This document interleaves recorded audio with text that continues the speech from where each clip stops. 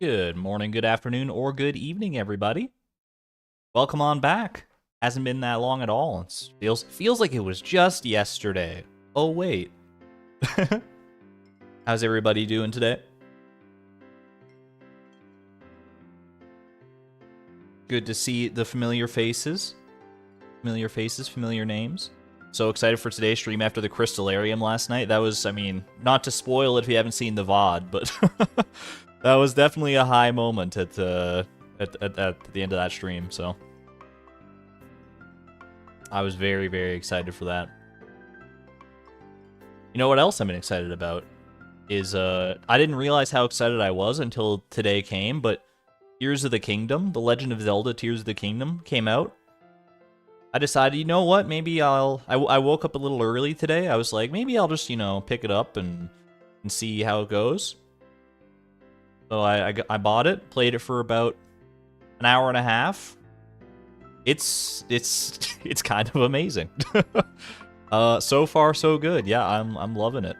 It has been there was a moment. I'm still like very much in like the tutorial, but like there's a moment in that tutorial where like they introduce something. I'm not gonna spoil it because literally the game is like less than a day old.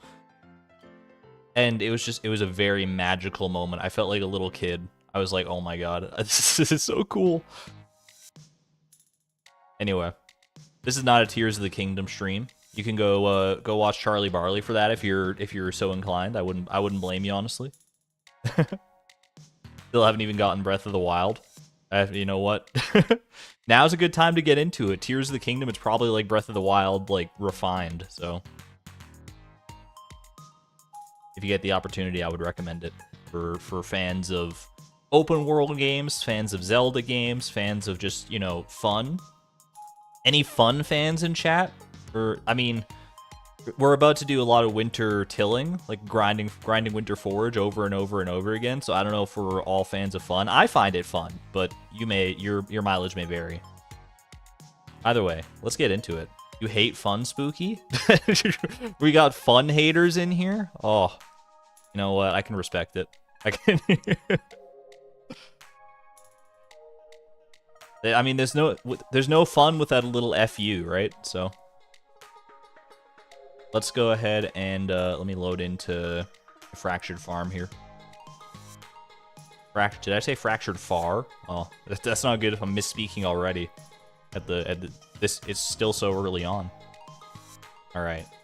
Oh, I was testing something. I'm gonna delete this farm, not Fractured Farm, but a different farm that I was testing things on. Load on in here. Fun's overrated? You prefer stuff that's boring? I mean, oh, hold on. I gotta... there's so many hiccups at the start of the stream here, but I had a mod install. I had a mod because I was testing something last night before I went to bed. I had some cheat mods installed, so I gotta go take those mods out. All right, am I good for my mods now? Yeah, okay. We just got UI info seat 2, misophonia accessibility, daily screenshot. I think we're good. Perfect. Lost interest in Breath of the Wild after the Great Plateau every time you tried to play it. Don't know if you'd be interested in Tears of the Kingdom. That's fair. I mean, those types of games, the open world style, not for everybody. I mean, maybe it's not even just the open world style. Maybe it's just the way that Breath of the Wild did it that wasn't that interesting to you. But either way, it's not everyone's cup of tea. I quite enjoyed it, although I never did finish Breath of the Wild just because it was a very overwhelming amount of stuff to do. But I'm a completionist at heart, so that's my own cross to bear. How long do I plan to stream today? At least 3 hours. We'll see how much further we go than that. I just kind of play it by ear these days. Either way, I'm excited to we got the mouse ears. I forgot how cute Beatrix looked here now with the mouse ears. We got our 3 crystallariums going. We're almost one more crystallarium and this wall is going to be full. What are we going to do then? Cross that bridge when we come to it, I suppose. What is our luck looking like today? Spirits are very displeased today. They will do their very best to make your life difficult. You know what I do need to do? I realize this is I need to get some more. I should probably get some more desert warp totems. Because we want those ready and good to go. when we do get a good luck day, so we can just warp straight to Skull Cavern and take care of business there. I only had the one. So I gotta get some more Omni Geodes so I can trade for more.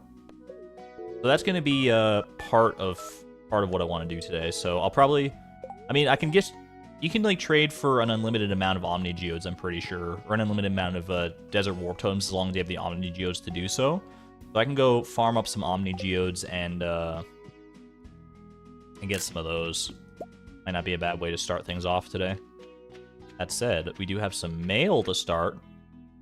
The mail, it never fails. You've entered the Skull Cavern. Well done. I've got a challenge for you. Make it all the way to 25 levels deep. Hey, you know what? $10,000 is, I think, what you get for this, right? So, I mean, that would be a pretty nice quest to complete in the near future here.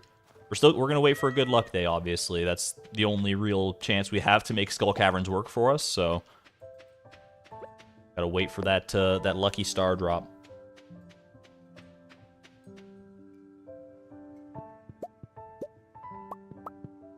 Rice and ketchup, yay or nay?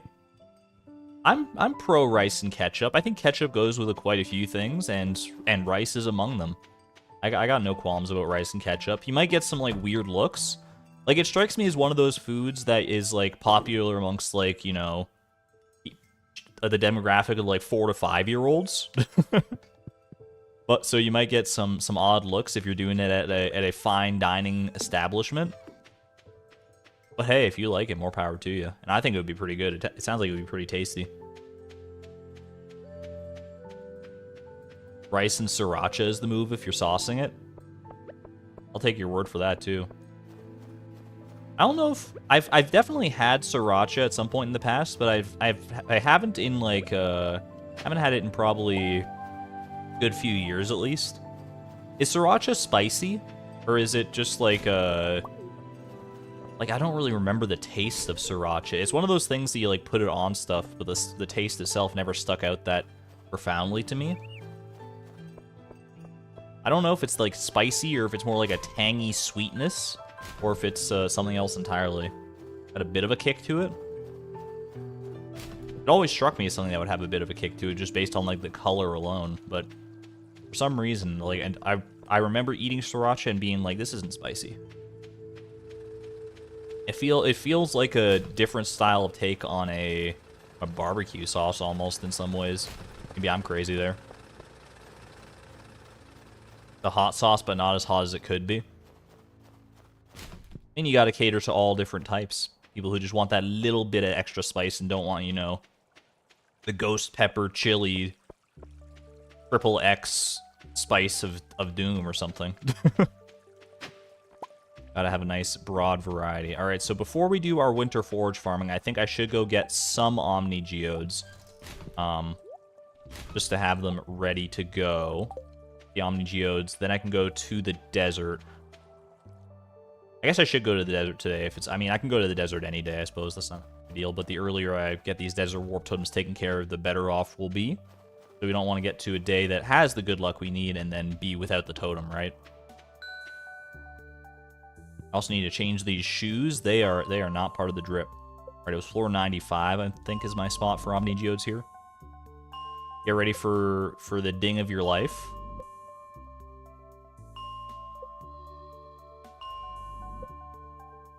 Legend of Zelda Tears of the Dingdom. What we're doing right now.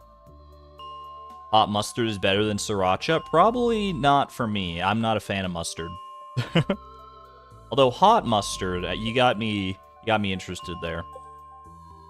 Just like traditional yellow mustard is, I would say it's the lowest tier of all condiments that I've ever tried. I'm not a fan of just yellow mustard. When you start to mix it up with a little like Dijon, a little, you know, honey mustard, hot mustard probably as well, although I've never tried it. It's still not my favorite, but I'll give it like a passing grade at the very least.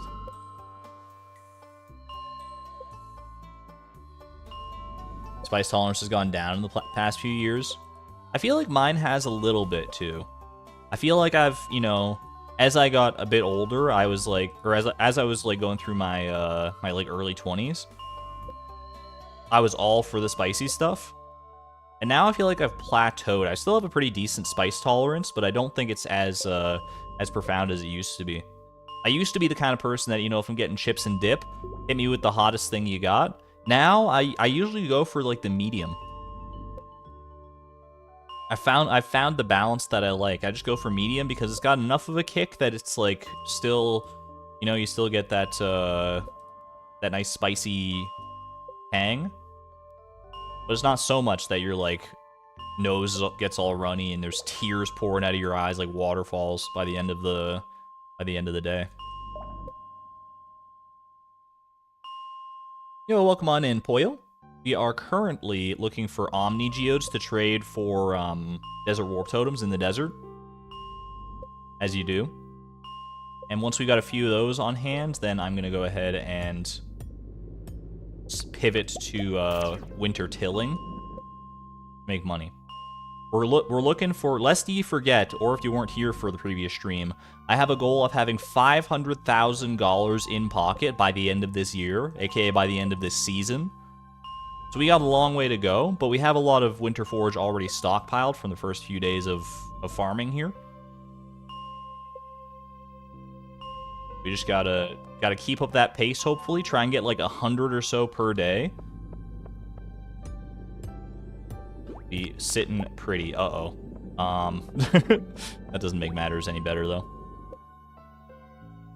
Like, you found a good stream to fall asleep to. This is going to be a more chill stream for sure. I mean, not that our streams aren't usually pretty chill, but even more so than the standard fare.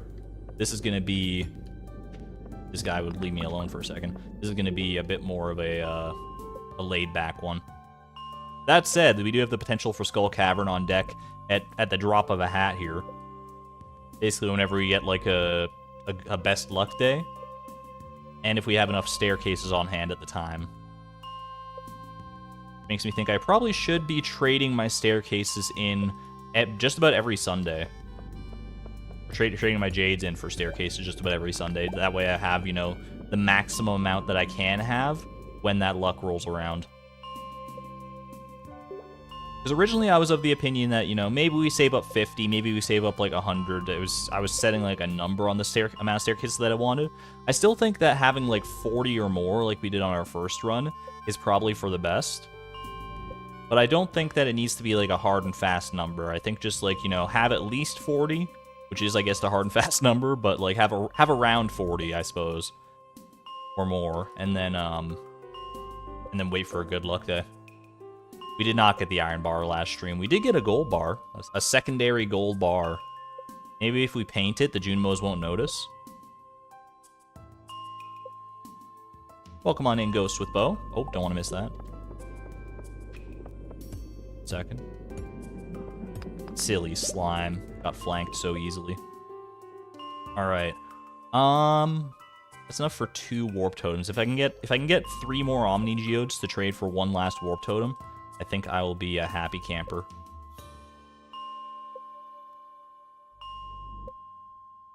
Then I guess I don't even need to go trade them today if I'm gonna go to the desert on Sunday anyway to trade my jades in. I'll just do it all in one trip. It makes the most sense. Oh, I also, yeah, I forgot to pin the goal today. Exclamation point goal.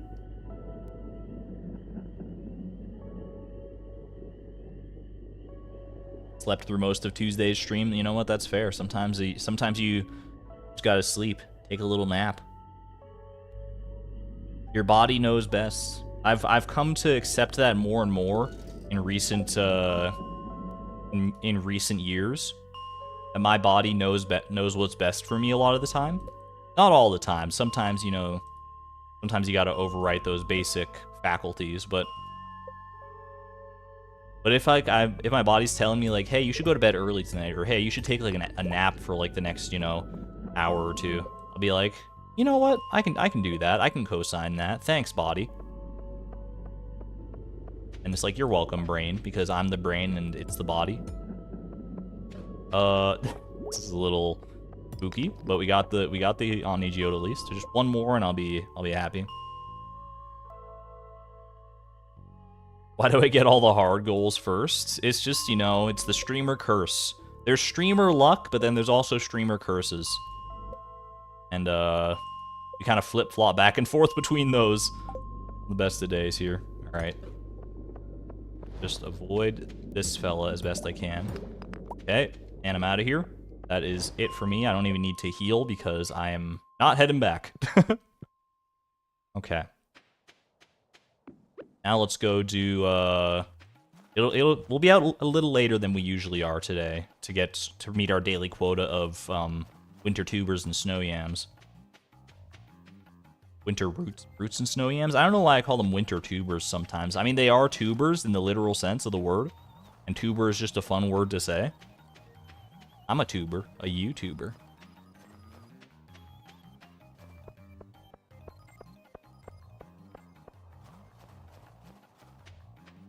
Challenge you started was Fibrous Farm since the first one interested you. Wait, you're doing your own Fibrous Farm, or like that's when you first like got interested in like watching these challenges? Either way, thank you. It's tuber time, baby. Oh yeah. All right, let me get in the rhythm here. Kudos to Alexa in the Discord, by the way. She dropped some very helpful little videos and tips of ways to improve my winter tilling strategies here. So I'm gonna try to enact those when I can, when I remember like what they are specifically. Like, oh, I tried to commit them to memory as best I could. That's 6. Okay. Honestly, kudos to Alexa in general. She's like she hangs out in the Discord a lot and she gives a lot of like great advice. She's very very knowledgeable about Stardew Valley. All right, so this is blocked. So if I'm remembering right from the tip, if a spot is blocked, like I can't hoe this spot, and I go 1 2 3 1 2, and we get a forage anyway. Okay. Either that was, you know, just blind dumb luck, or that is a consistent technique. I'm inclined to think the latter, assuming that I did it right.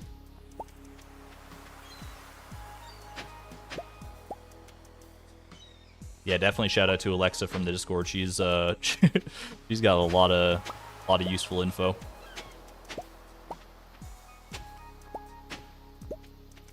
Did we get any iridium yesterday? We did not, Squiggly. We did get another little treat from Skull Cavern, though, in the form of a third crystallarium, which is going to make Skull Cavern runs much more reliable in the future.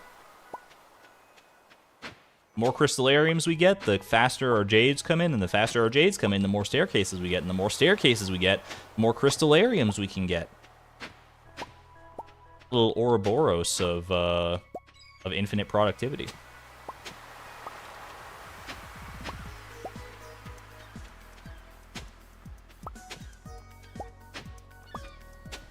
Ouroboros is that a Norse myth, or is that like the serpent that like eats its own tail, right?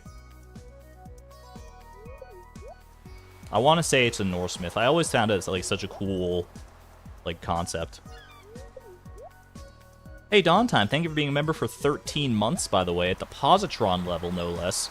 Getting married next weekend, and your streams are the only thing, and your streams are the only thing that's keeping me calm. Oh my goodness. Well, congratulations, Downtime. That is, thank you so much for the generosity and the support, and huge congrats to you. That is major. We get some what's a good? There's got to be marriage-based emojis. Is there like a wedding cake emoji? Can we get some wedding cake emojis for Downtime? That is huge. Big congratulations to you. I hope it all goes smoothly according to plan. I'm sure it will. I'm not gonna be like Bruno and say that it looks like rain on your wedding day.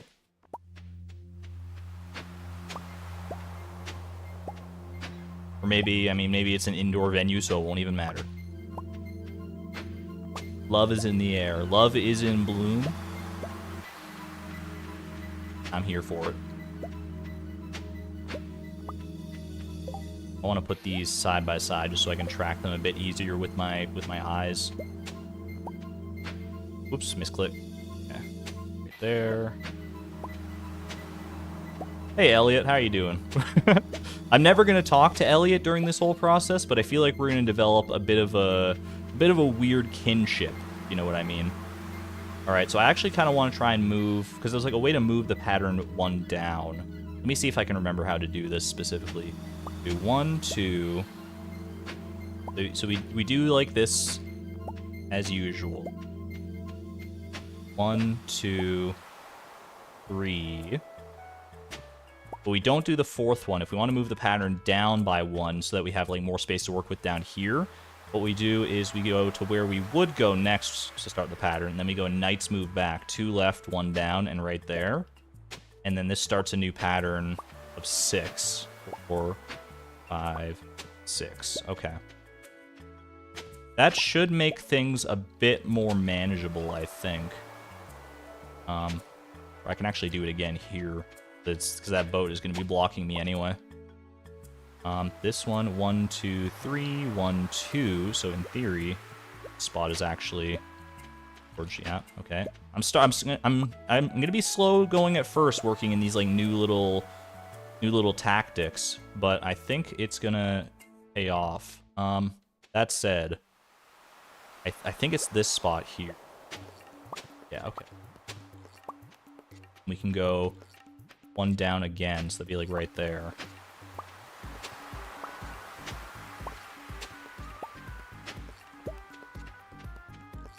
By the end of all this, I'm gonna be a Winter Forge savant. Mark my words. I'm gonna know exactly what I'm doing here. Okay, so we go here. So it's a little. Wait. So that was that spot. So that next would be this spot. Then here. Then here. Don't worry if you're not following along with exactly what's going on, by the way. I scarcely know myself. 1, 2, 3, 1, 2, right there. 6. Someone else did also mention that Piano Addict has like a VOD on Twitch. That is a good watch for learning like a different winter foraging pattern, where you just go like in vertical lines across, like working leftways across the beach. That's the one that I've seen like Habu and Algo do in the past, but I could not find a way to learn it myself. But I'll look into that VOD and see if that helps me out. I imagine it will. Here, well, right. So 3. Okay, that's not going to be 1, but that means that I can go down here. Yes. Okay. 2, 3, 5, 6. We're closing in on our goal of 100 anyway for this each of these winter forage, so almost done here. It's a little bit mind breaking, and it makes it so that I can't really look at chat too much while I'm doing this, because I gotta maintain focus and remember where I am in this whole pattern. But it is you can't deny the results.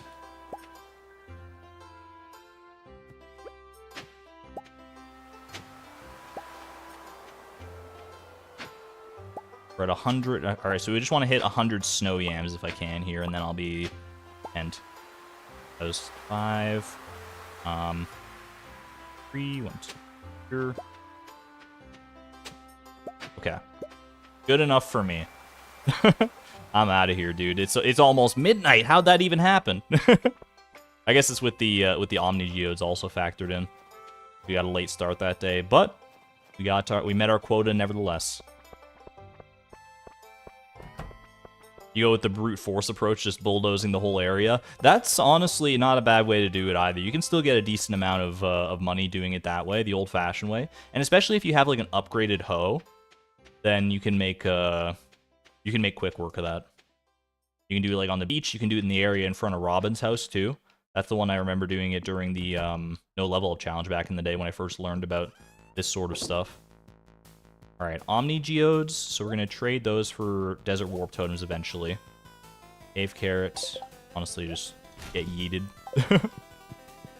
might be a waste, but it's all right. It's not that big of a waste. And we're off to bed. Good stuff. I've already got over 60k in Winter Forage. What? Is that true? What? Do I really? Is that 60k of Winter Forage right there, or almost 400 of each? It's kind of wild if that's the case. I'm not keeping tabs on it. I don't know exactly how much they sell for each one. I probably should know that off the top of my head, but it's it's kind of wild. Can't you all just hoe and unhoe the same spot repeatedly? I mean, you can, and you'll get stuff that way, but in order to maintain the pattern and get it consistently, you need to do it in a certain manner. Missing something, an iridium bar. Yeah, me too, Rasmodius. Do you have an extra 20 that you can spare, actually? Because, look, asking for an iridium bar, the nerve of that guy. Oh my gosh. Just last month, he's offering me, hey, I got all these cool buildings you can build me. I'll build you a little obelisk to warp to the desert if you got 20 iridium bars. And he has the nerve to come here and ask for my iridium? My hard-earned iridium? No thank you, sir.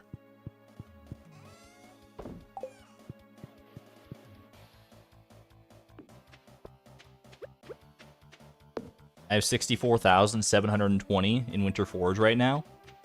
Chat, should we up the goal to $1 million? Do you think we... I mean, at that rate, in 4 days of winter foraging, of winter tilling, and we've gotten up to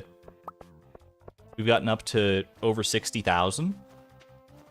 Can we up our goal to $1 million? I might have to put in some longer hours of winter foraging. I might have to, you know, bust out the protractor. But part of me thinks that it's not that unrealistic. Hi, by the way, Laura. I just saw you popping in. Not up to speed in the last VOD yet. We did get a crystallarium from our treasure room. That is where the third crystallarium came from, which is pretty huge.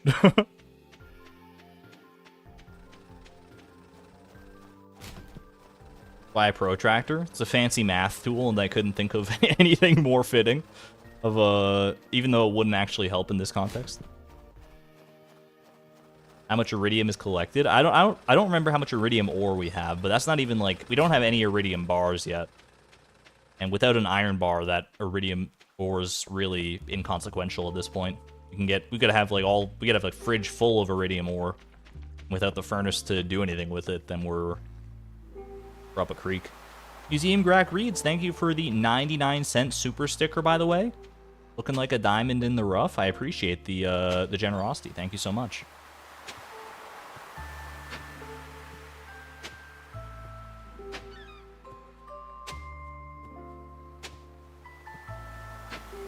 I would need to double my rates for $1 million. So you're saying there's a chance?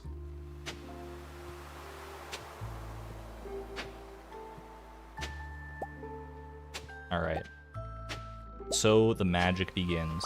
4, 5, 6. Oh, not quite. Okay. 1, 2, 3, 4. 1, 2, 4. There.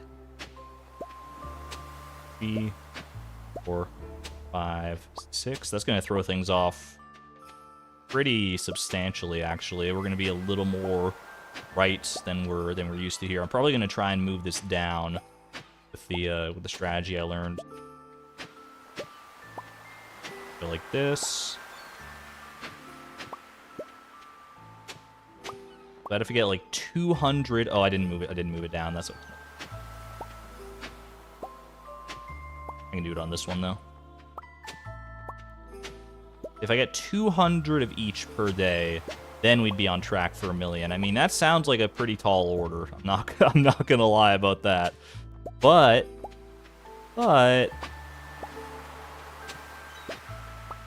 mean, maybe $1 million is too much, but maybe we might be able to. I'm still gonna stick with the 500,000 goal for right now, and then we'll see what we can do, what we can make happen in the future. Hey there, Sail MC. Welcome to the grind. Enjoy your stay.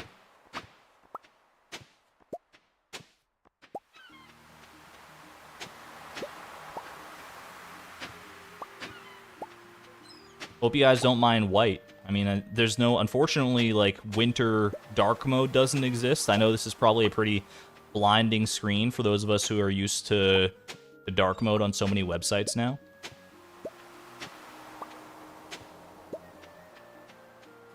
I guess winter night mode is just literally for waiting for like nighttime, but it's the original night mode, just waiting for the sun to go down.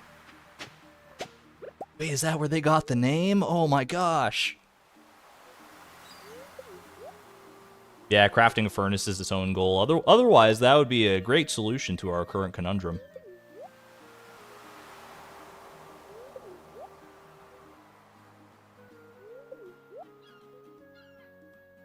What's the difference between this pattern and repeatedly hoeing in the same spot?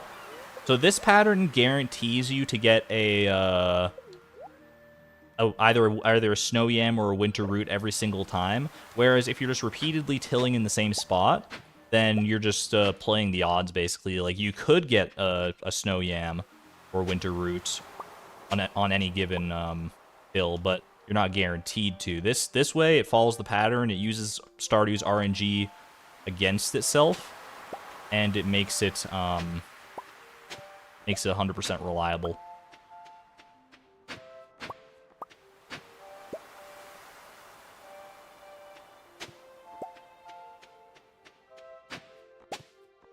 I'm starting to feel the wizardry flowing through my veins. When you start to understand what's actually happening here, it really does feel empowering in a certain sense of the word.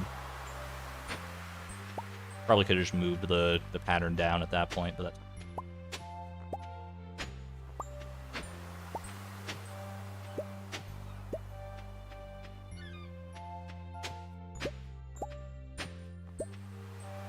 That was that, so... Right here, I think, is that? Yeah, nice. Alright, so I definitely want to move the pattern down this time to avoid Elliot's cabin so much.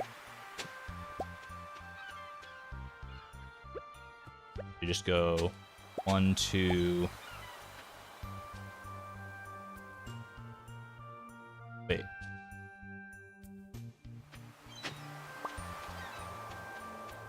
Then hit there. Perfect. Don't ask me. I mean, like, I can try to explain what's going on here, but I don't know if I'm that adept at explaining it all that well without trying to script it out or something. I think this one's just... I mean, I could try and go over, but that would be in the way of the boat anyway. Let's just... Sometimes you gotta go back to the old reliable strategies to just throwing away one of your tills. 3, 1, 2, there. Good stuff. That's the wrong one. That's not gonna do it. But 1, 2, 3, 1, 2, right there is 1, and then we can move the pattern down again. Rain is... It's becoming a little bit fried, I can't lie to you.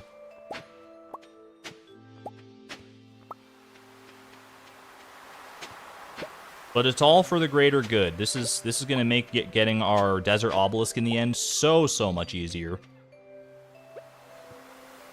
Remember when I talked about, oh man, I don't want to trivialize money making in this challenge. This doesn't seem that trivial to me. I mean, granted, it's more trivialized than the geode farming, I suppose, but I'm willing to take this. I have learned from the error of my ways. 1, 2, 3. You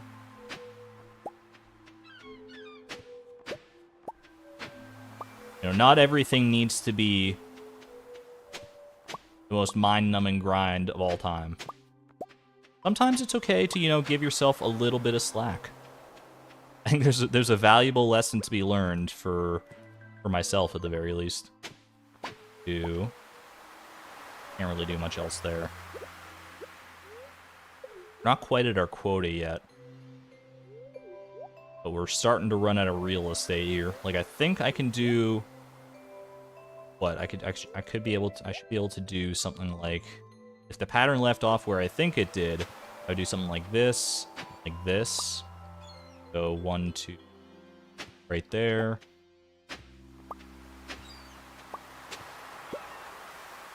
And 2... I'm losing it. 1, 2, 3, 1, 2 right here. Okay.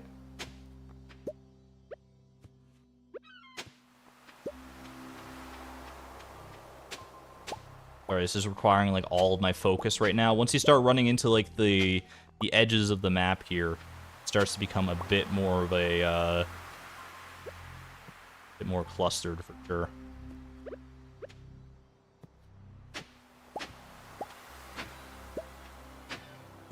Good enough for me, honestly. 101 snow yams to 99 winter roots. The snow yams are worth more anyway, right? So. If it's still like 6 p.m., don't be afraid to go and start at the beginning again. Yeah, I don't really want to have to rely on the pickaxe strategies too much. I think if we stick to just like 100 of each roughly every day, you know, like 200 total. Maybe we don't. Yeah, maybe that's what we do. We don't even worry about getting to like 100 of each. We just like add them up and get to like 200 total, and then we're happy with that. I gotta know where to call it quits. You know, you gotta draw the line somewhere. We can always go back and forage more and pickaxe more, but is it worth the mental overhead to do so? Get some copper axes in chat. Copper axes in chat.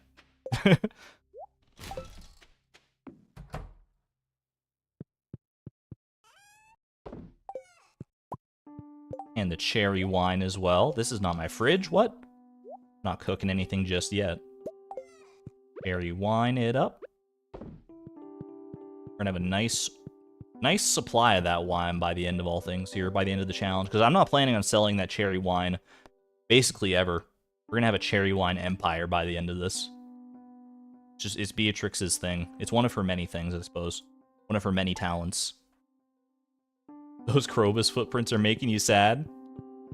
We'll go catch up with Krobus eventually, but I just know that getting the magnifying glass, it messes with the geode spots that I already know.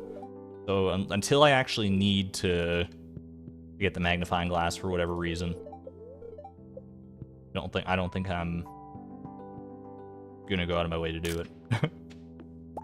It does make me sad every time I walk by too, though. It's like he's just hiding over there, shivering in that bush, waiting for me to come by. Although I assume, like, doesn't he say at some point that like shadow spirits are cold-blooded? If they have blood at all. So maybe he's not actually that cold. Maybe he's like totally fine. Does cold-blooded mean that you can't get cold? Or is it just like just that your blood is cold? You're just cold all the time anyway.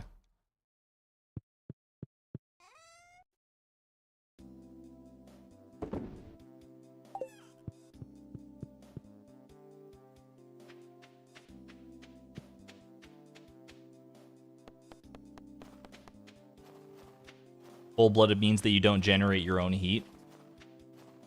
Sounds about right. So you would just be cold like all the time. You get cold easier. Oh, geez. Well, now I feel even worse for him. What the heck?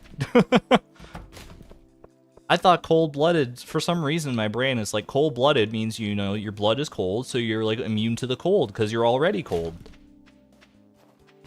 I didn't take biology though, so your mileage may vary, I suppose. You probably know better than I do. Seem to have stumbled upon an ad. I mean, that shouldn't be the case. I actually I found the setting when I was setting up the stream today. There's like a little new box that's just like automatically ticked. That's like, would you like to submit pre-rolls in the middle of streams now?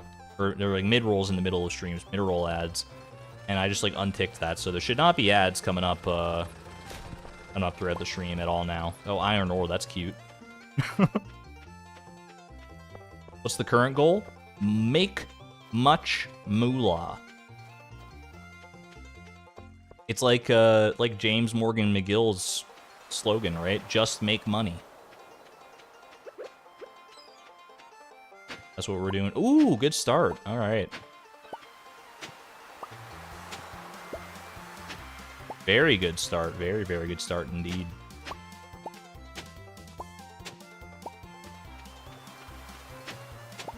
Adblock. I've never partaken in Adblock myself. Nothing against the... Oh, what the heck? Nothing against people who do, obviously, but I just like to... I mean, as it is with YouTube, I don't get ads anyway because I still don't really know why, but I do not get ads. I don't have YouTube Premium, I don't have an ad blocker, but I'm just allergic to ads, I guess. I don't know. The ad blockers for, like, other sites. Definitely see that being quite useful, but I just feel bad. I feel bad when I, like, don't support the creators that I like that I watch by, like, partaking in their ads some way. That's just, like, my mentality, but I mean, you are still supporting the creators just by being there and, like, chatting. There's a whole host of different ways to support them, but I just, like, you know, feel... I don't know. I don't know actually how the ad blocker works, so maybe they still get the ad revenue somehow, some way through that system, but my sensibilities tell me that they would not. You buy merch, there you go. Yeah, there's a lot of other ways to support creators, so... And ads are very intrusive. I mean, there's just no getting around that. Ads. No one wants to watch ads, but they're like a necessary evil in this modern world. Some ads are better than others, but most of the time you just want to get back to watching whatever you were watching. Want to tune back into MasterChef. Watch Gordon Ramsay.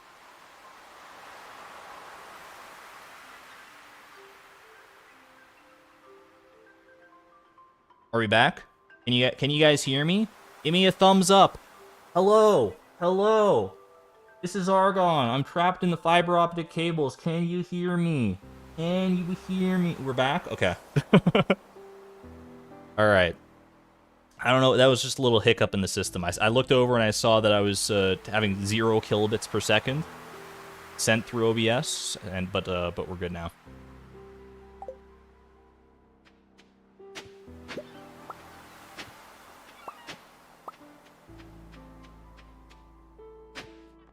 Business as usual.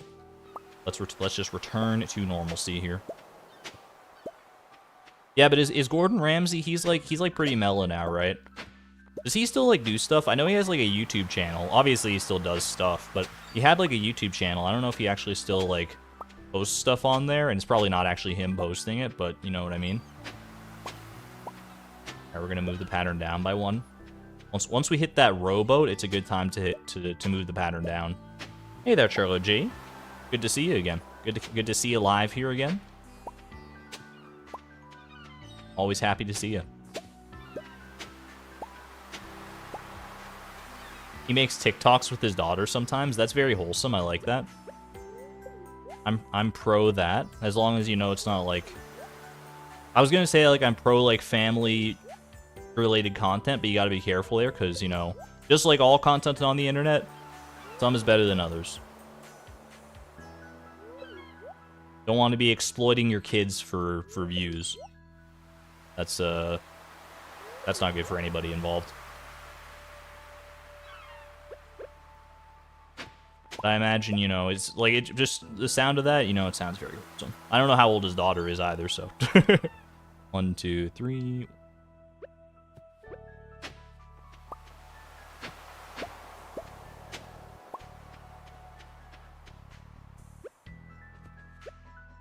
This is the only thing that's messing me up with this new strategy of, like, moving things down by 1 pattern, is that it throws, it makes me have to, like, do the pickaxe strategy a bit more.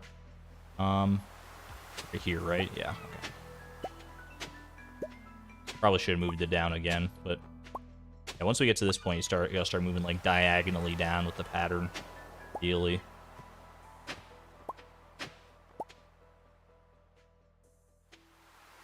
That, I think that's that spot, so I don't think that's gonna work. Yeah, but I think I'm 1 behind. Wait. Shoot, I messed it up. Or did I mess it up? I mean, very clearly I messed it up. Help! Help!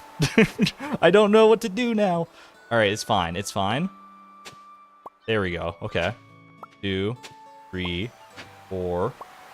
1, 2, 3, 2. I don't know how how I managed to salvage this in any way, shape, or form, but here we are now. 1, 2, 3, 4. Perfect. We're back, baby. She's 21. Okay, then that's like that's no problem whatsoever. That's fun for the whole family. Good content right there. All right, now we're gonna go down by 1 once again.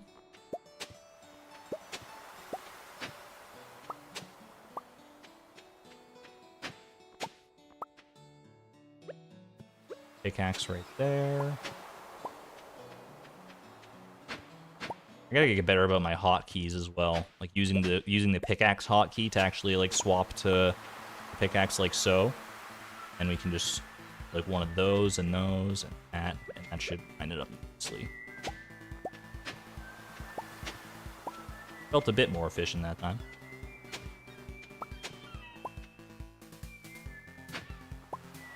Since it moved 2 left, it's kind of worth it to just keep going down to the bottom.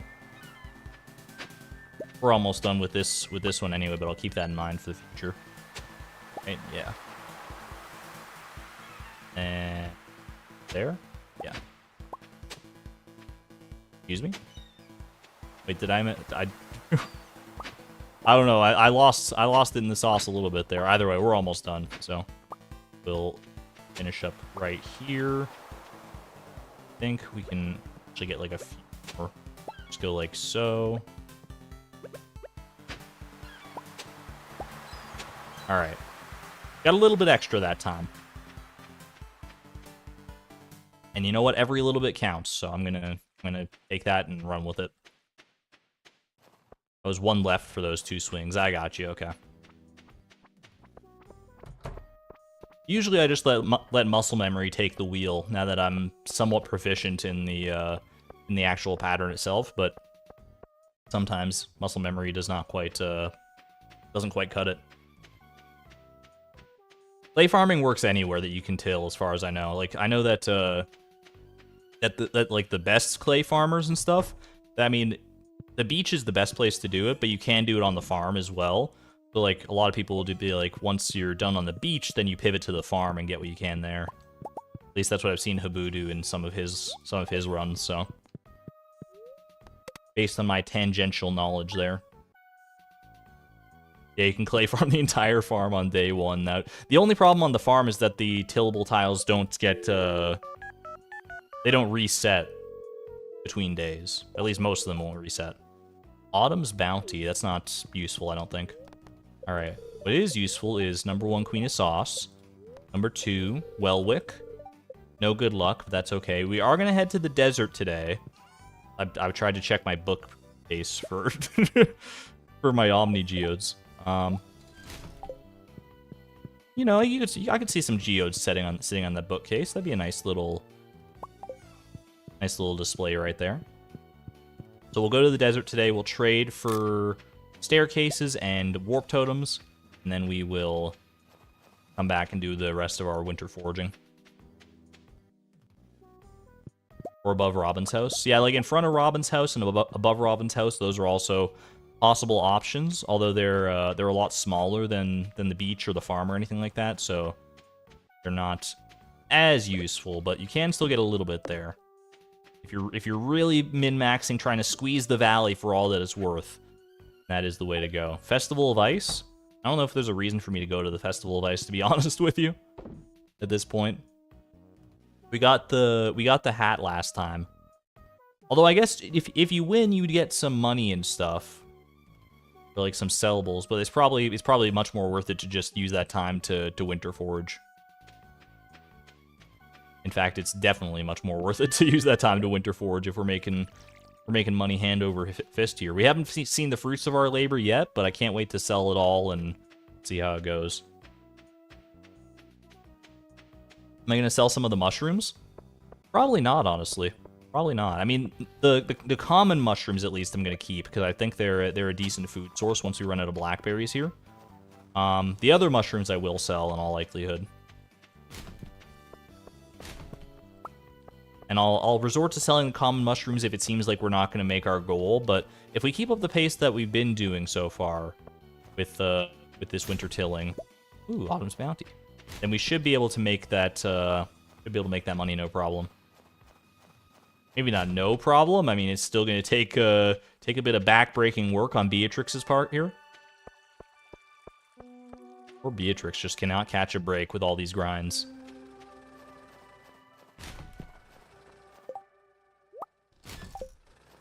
First, she's geode farming, then she's, you know, trying to like Groundhog's Day loop her way through the mines. Took like 87 something resets to get all the way to 4120. Now she's stuck out here just hoeing up the ground day in and day out. It's a hard life. What can you say? After this goal, you get a goal that if you get a goal that requires completing Jojamart, do you plan on waiting for an iron bar from trash to get the furnace first? I do, yeah. If I need to complete Jojamart at any point for whatever goal that comes up, like if I'm not gonna be able to complete the community center and I'm gonna have to pivot to Joja, I do want to complete the bundles that require or that give me like artisan equipment that I won't otherwise be able to get until I'm able to craft it myself. And that includes the furnace, that includes the maybe not the seed maker, I don't know. But it definitely includes the quality crops bundle, which is a tough one because that one gives you a preserves jar, which could be necessary. Sell that as well. Yeah, the preserves jar could be necessary, but the only way to get the quality crops bundle done is with a Junimo hut, at least within our current restrictions. Hey, Pam. I mean, hey, you lady, I don't know.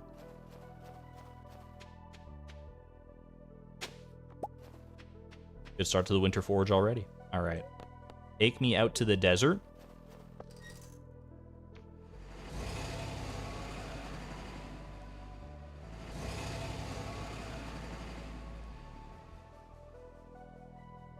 Why can't I craft a furnace? Because it is it's a separate goal in the randomizer. Every goal is a step that's required for perfection, basically. So because like you need to craft everything for perfection, right? So crafting each individual thing is its own goal in the randomizer. That's how the logic is set up there. Yeah, no worries.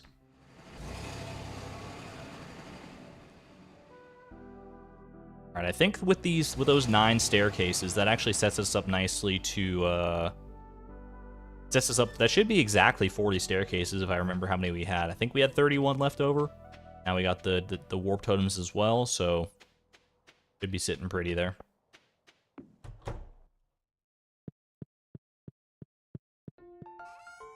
Ooh, pickle jar rag.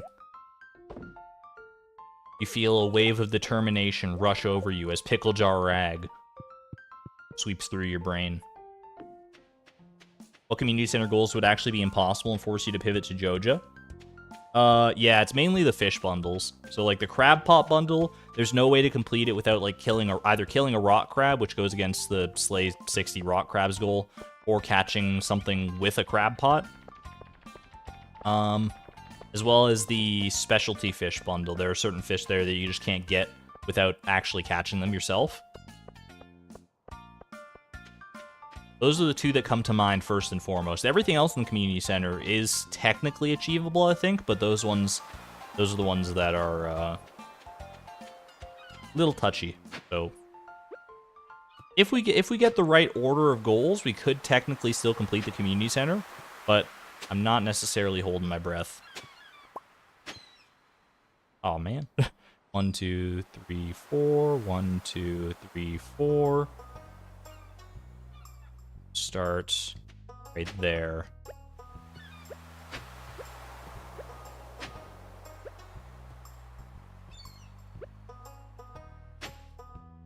I think I miss.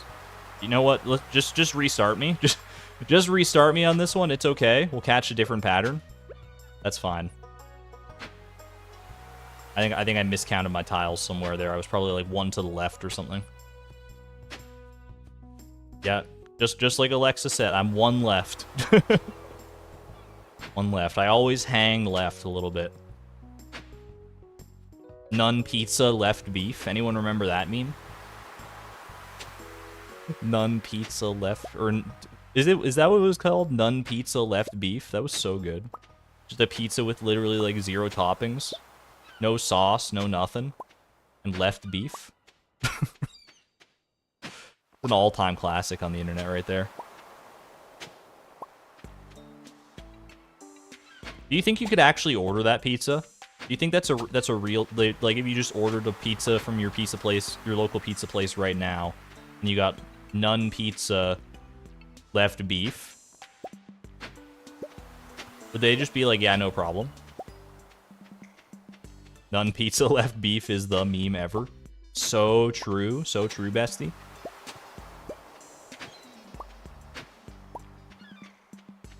I just gotta be careful of this clam right here. Don't want to accidentally misclick that.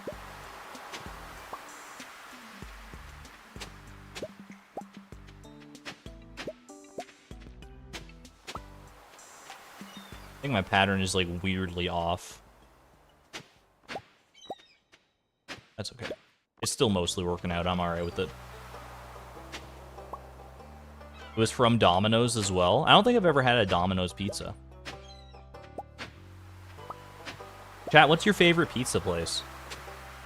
I don't have pizza all that frequently, to be honest with you. If I do have pizza, it's usually just one of those like a ristorante pizza that I just pick up from the grocery store. But if I'm getting an actual pizza from a pizza place, for me, there's only one answer that comes to mind every single time. Well, actually, you know what? There's two. There's two that are pretty good. But one of them is like a local place. I don't know how if it's a local place or how much of a chain it is, but there's a few restaurants around, I suppose, about it. But the main one that comes to mind for me personally is Little Caesars.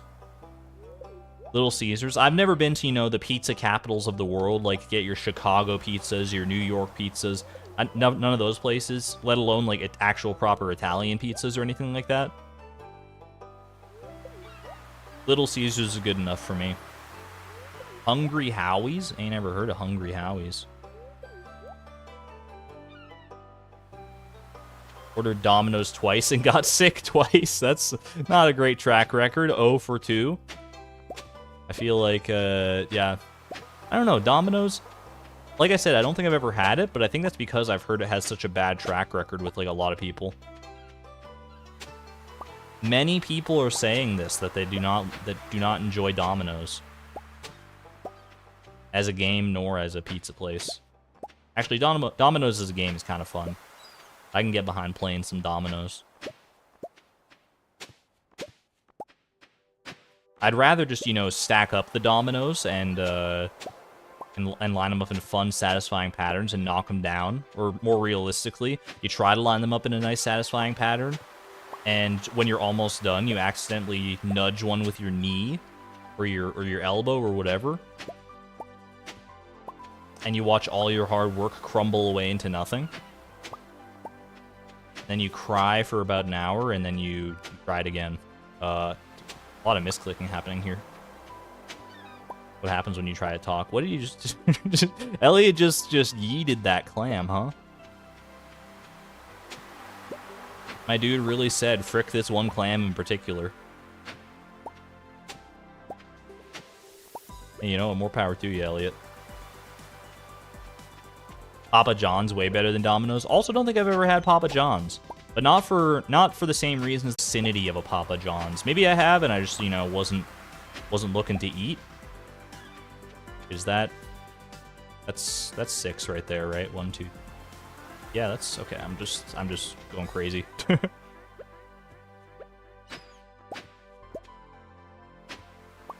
Three, and then we're gonna go down by 1.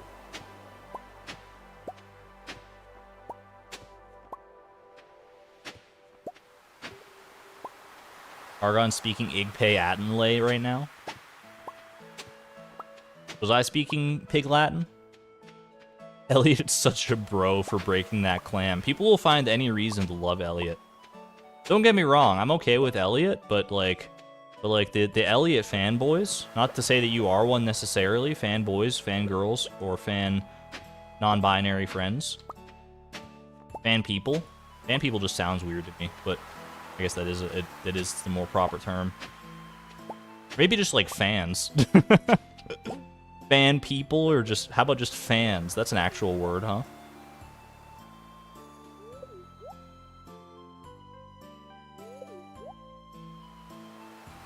Falling a bit behind on my my winter forage farming today, on my winter tilling. Well, I guess that's because I went to the desert. That's so long ago now, it's that I just completely forgot about it.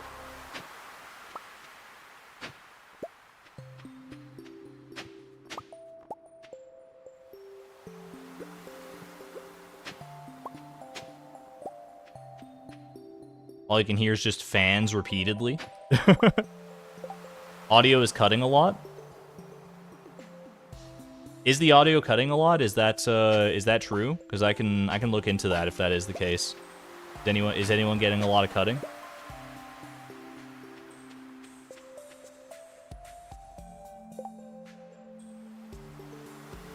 Same for you, fine on your end? Have to refresh the stream to get it to stop?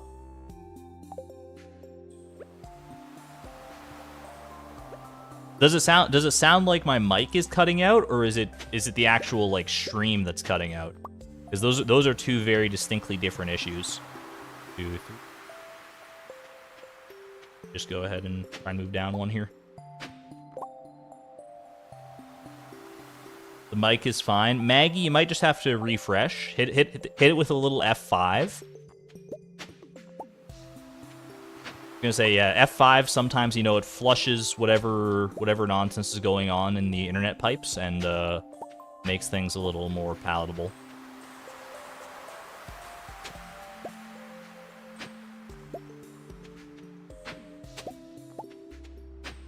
That's the only recommendation I can give, because everyone else is telling me that we're looking okay here.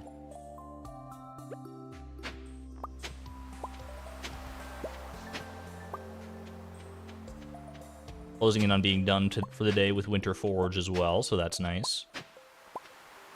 Really finish up this last pattern here, and we'll be good to go.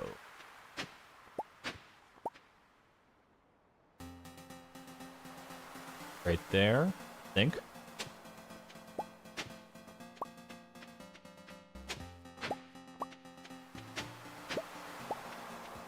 We're an overachiever today as well.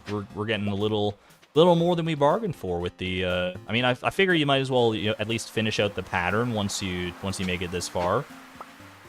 That's going to be my new strat. Is once we hit 100, you might as well finish out whatever pattern you're doing and then head on off to bed. Going for a little walk. I'm probably going to go for a walk after the stream today, honestly. It is a gorgeous day out there right now, which is a little unfortunate because for those not keeping up with local Alberta news, first off, don't talk to me. Second, well, that sounded rude. First, but there's a lot of wildfires happening up in northern Alberta right now, so we definitely need some rain. Which I guess, I mean, I'm not in northern Alberta, so I don't need the rain, but I would still, I mean, it's still very, very dry around here. Rain would be appreciated, but I don't think we're getting anything anytime soon, unfortunately, at least not this weekend.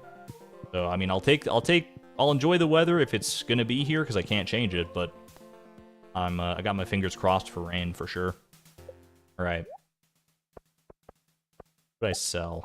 Yeah, so I was gonna say, I didn't accidentally throw my winter forage in, in the shipping bin, did I? No. What are you doing with your life if you aren't keeping up with local Alberta news? Exactly, right? Everyone needs their finger on the pulse of Alberta. It's, you know, it's the hotbed for all the craziest news in the world. Like, did you see those 2 moose the other day? That was wild. That was a wild time. Hello, this is Gus from the Startup Saloon. We're closed for the day. Beep. Man. Just no professionalism whatsoever. It's like, sorry, we're closed today, but catch us tomorrow. He's just, we're closed today. Slams the phone down. Rushes out, wrapping his scarf around to go join the festivities of the Festival of Ice. Alright, fortune teller, please. Not good enough luck. Okay. We will wait. Sending some rain our way. Thank you. Thank you for the rainy emojis. Imagine rain totems existed in real life. I would be all for that.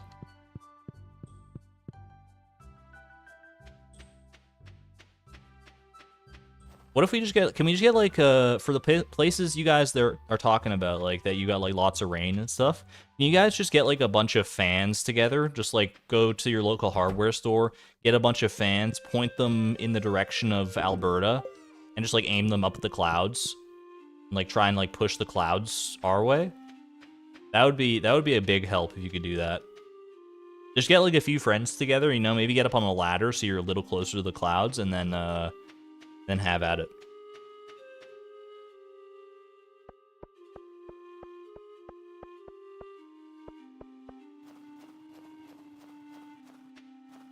There were some flooded streets earlier this week. Oh my gosh. Hopefully not too serious of floods. That's scary. Anytime I hear like flood, I have flashbacks to some nasty floods we've had around here over the years, and wouldn't wish it on anybody, that's for sure.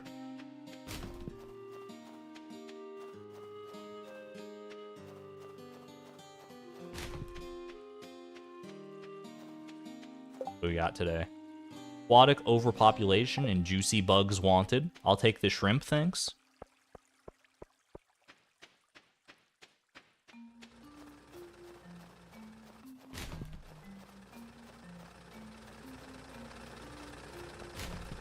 You live right next to a river and the roads near you are always flooded, but it's never too bad. Well, that's good. I mean, at least it's, you know, just a mild case of the floods. Just gotta walk around with some rubber boots every so often. I gotta get some like better footwear, like boots and stuff. I've always, you know, I've been one of those people. I have there's so many people out there that I know, and probably some of you out there who are listening right now that have like big collections of shoes, or even if you don't have a big collection of shoes, like if you don't have like, you know, 10 plus pairs of shoes, most people probably have at least like 2 or 3 pairs of shoes. I'm a 1 pair of shoes kind of guy. No matter the weather, no matter the season, no matter anything that's going on, I'm wearing the same pair of shoes. But I'm starting to realize that having different shoes for different occasions is not a sign of weakness. It's actually just like very smart. And there's a reason they make them for so many different occasions. Well, what can I say? I've just never been in a situation where I've been like that upset about my choice of footwear that I felt the need to get anything new. In Canada with deep snow? In Canada with deep snow. I'll be walking, it could be 3 feet of snow outside, maybe more. And if I have to head outside to take out the trash or whatever, I'm slipping on my sneakers and I'm going to town.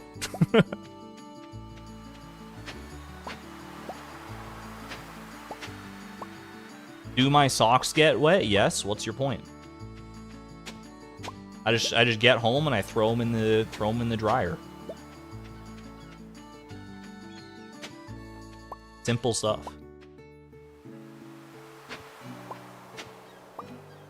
But like I said, I'm starting to realize that, you know, it's probably not the best way to go about it. It served me pretty well up until this point, but you know, I can't deny that every so often I do look at my shoes and I'm like, I wouldn't mind wearing like a different pair of shoes today.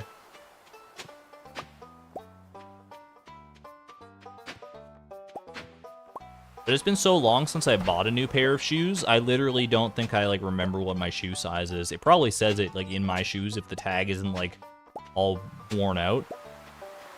I want to say I'm like size like 9.5 or something, size like 10 maybe, I don't know. But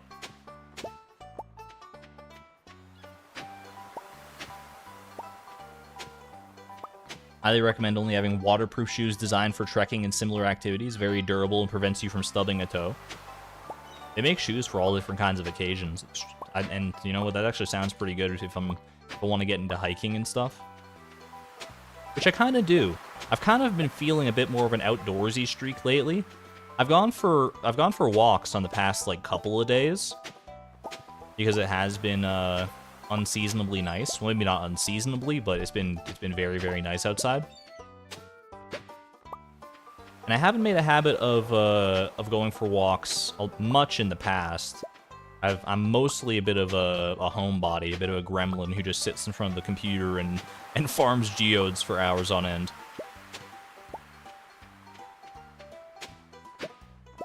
But lately, I'm finding, you know, I get out for 20, 30 minutes, just a brief sort of walk. Enjoy my time out amongst the elements. It's nice. It's nice getting out there amongst nature. I don't even, like, look at my phone. I carry my phone because I'm not, like, a crazy person. But I very seldom actually look at it, and then I just make my way home, and good time. I also live in an area near enough to, like, a forest that I can... And to, like, enough, like, wilderness, honestly, that I can, like, find some nice hiking trails if I needed to. Hold on. I think I messed... I should have moved the pattern down one. Good deal. This is just the old way of doing it anyway.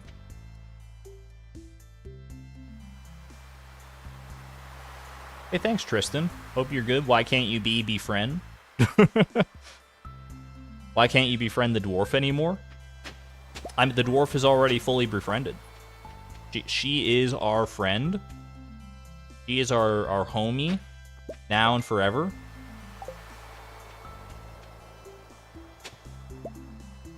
I got nothing against the dwarf. I got nothing but love for the dwarf, but we're past the stage of having to befriend her.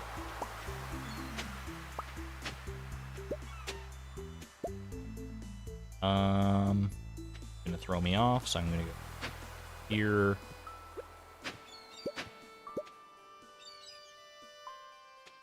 Right there, I think? Yeah. Then we'll move one down. You never understood how clay farming works, but it clearly works. The basic, like, I could explain, like, the actual patterns that are going on, but the actual underlying mechanics of, like, why clay farming works... It's not. Of why clay farming works is that Stardew Valley, the way its randomness is coded, at least for, like, a lot of things, is that it's not truly random. It's very, like, pattern-based. So once you know what those patterns are, and you sort of know how the game predicts where the next thing should be, where, like, the next piece of Winter Forge should be, you can start to exploit that and till in these very specific patterns in order to make good use of that. What it boils down to is that randomness is very difficult to code properly.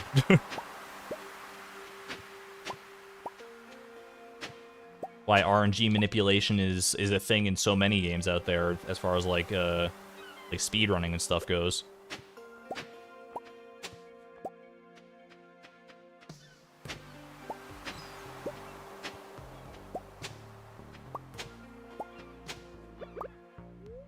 Makes for some very cool stuff, for sure.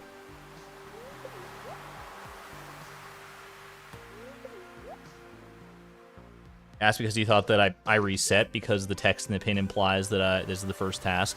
Yeah, I should probably change that.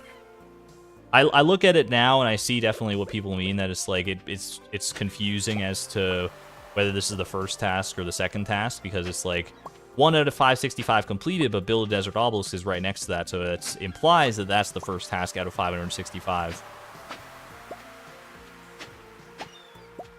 I can't help it if my brain is, you know, is wired to be zero indexed like an array in C#. Befriend the dwarf was our 0th goal, and this is our first goal. Although that said, it should be 1 out of 564. If that were the case. So now I'm just making myself look like a fool. That was a misclick, but it's not that big of a deal. We're almost done with the pattern anyway. 1, 2, 3, 2, right there.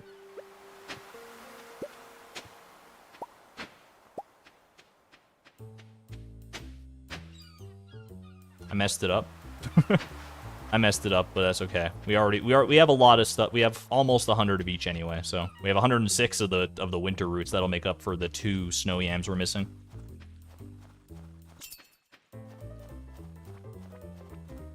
C# is your reference point of all zero indexed languages. It was just the first one that came to mind. To be honest, I can't tell you a language that isn't zero indexed that I'm familiar with. Like, what's a common one indexed language? That's used, you know, somewhat prolifically. Or somewhat widely spread. Prolific's not really the right word for that. But. MATLAB? Cell Visual Basic has index 1. Random number generators are very good at creating random sequences, but very bad at starting them. ConcernedApe made the mistake of starting a new random sequence for every spot you till. There you go. More eloquently said than I ever could.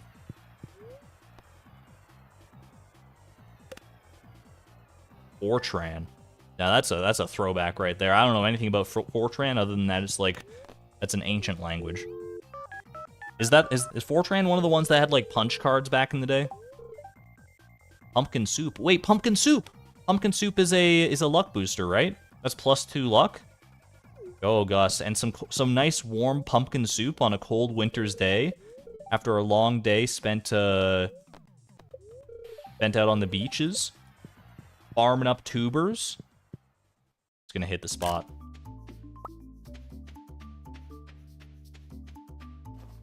Lua also starts at array 1. See, Lua I'm familiar with. I mean, I'm not familiar with it and I know how to code in Lua, but I know of it. Although I guess to be fair, most of the languages that are being mentioned I know of, like MATLAB and that stuff. Luck and defense. Hopefully there's a decent amount of pumpkin soups available to be purchased. We'll swing by the saloon on our way back from tilling today, and then we'll go pick those up for sure. Almost a full stack of each of these here. We're closing in on that. That's pretty nice.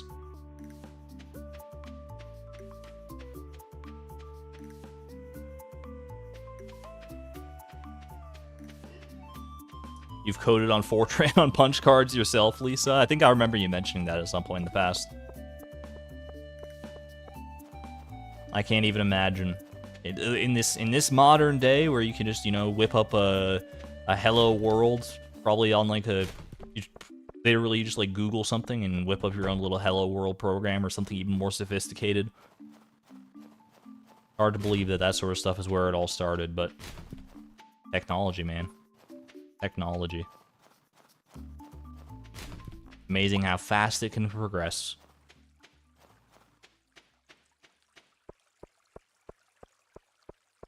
Most languages tailored to mathematicians and physicists start at 1.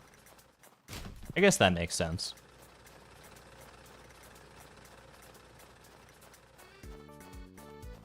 I imagine a lot of mathematical operations and physical equations and stuff are more dependent on 1 being your default go-to than 0 being the default go-to, like for like multiplication and stuff.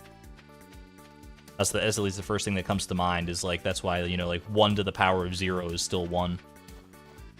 For anything to the power of 0 is 1, I guess.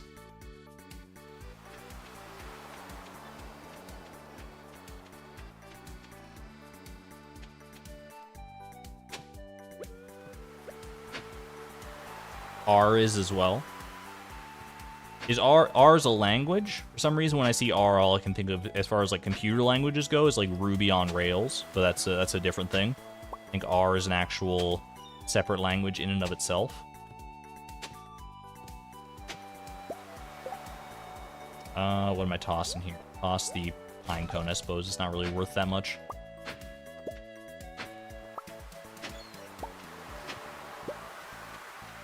You have absolutely no clue what any of this means. I suppose, yeah, if you're not familiar with actual like computer programming and coding and stuff, this is all gibberish to everyone who's listening. Basically what it means for a language to be 0 indexed or 1 indexed. Wait a second. 1, 2, 3, 1, 2. Is that it starts counting either from 0 or from 1. So like if you have like a list of things, right? In certain computer languages, the first element of that list will be it'll be classified as element 0, whereas in other languages it'll be classified as element 1, and that can change a lot of how the actual of the actual code that you need to use and how you have to format stuff in order to make things work the way you want it to. Both of them have their pros and cons depending on the circumstances, which is why that not all languages are universally one way or the other. But that's the general gist. That's the sort of, you know, the layman's explanation for it as best I can do.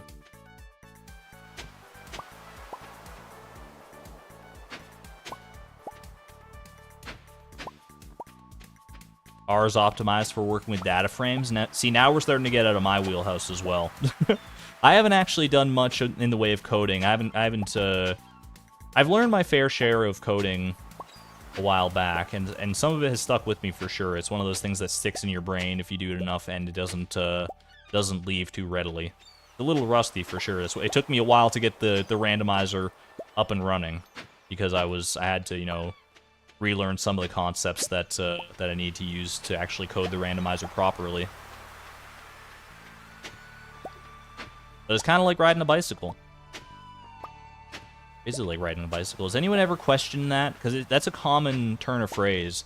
That something is like, it's like riding a bicycle if it's easy to, if it's hard to like unlearn it. Basically, like if it's always just like kind of stuck in your brain forever once you learn it. Is riding a bicycle like that? I guess I could find out pretty easily because I learned to ride a bicycle when I was a kid. Haven't ridden a bike in probably like 10 plus years. So if I went and tried to do it now, I feel like I'm relatively confident in my ability to ride a bicycle. I know the kinematics of how that works. It is for sure.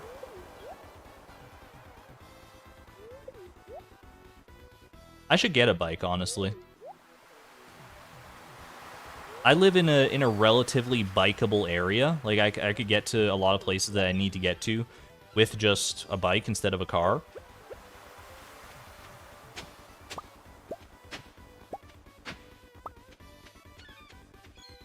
But not only, I mean, it's great in so many ways for, like, obviously for, like, for money, for the environment, for exercise. It's good in many different ways. Oh shoot, I wanted to go down by one there. You know what, that's fine. I can just do... Wait, did I do it like this? I wanted to go down by one. This is just the second one. Did I do it like... I just did it like this, and then we lined it up like so. Yeah, that works. That works. I think, anyway. And right. Go up here. Sorry, I'm just I'm retooling. I was doing something on the fly there. Or do here. This. Oh shoot, I lost. Oh wait, no, it's right here. I think it's right here. 2, 3. Go down by like right. Yeah. Threw myself off with that one for a minute, but we're back. That's 6. I almost went one extra by mistake.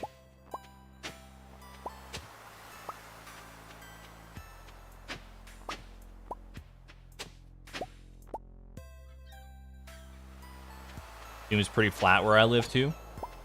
It's not that flat, unfortunately. It's flat enough that like that cycling is not that not out of the question by any stretch of the imagination. But it's hilly enough that it would make certain trips a lot more annoying than others for sure, or a lot less desirable.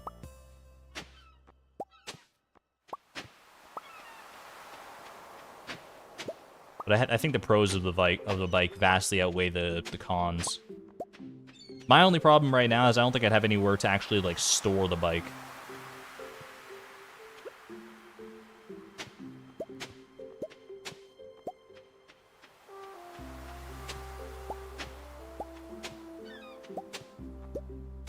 So that's probably an easy enough problem to solve. I just have to get creative with it. There, I think.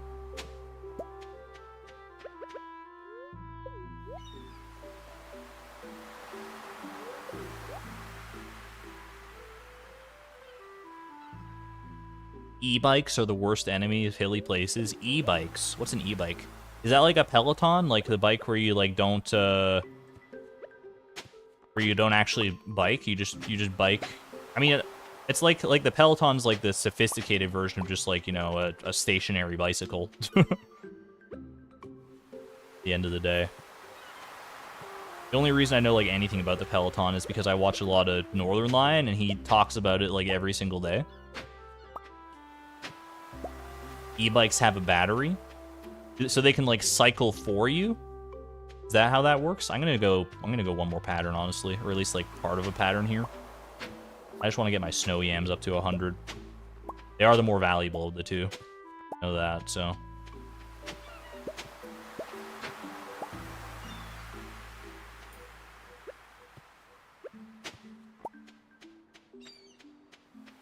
E-bikes assist with pedaling with an electric motor. See, I can get behind that for some hilly terrain for sure.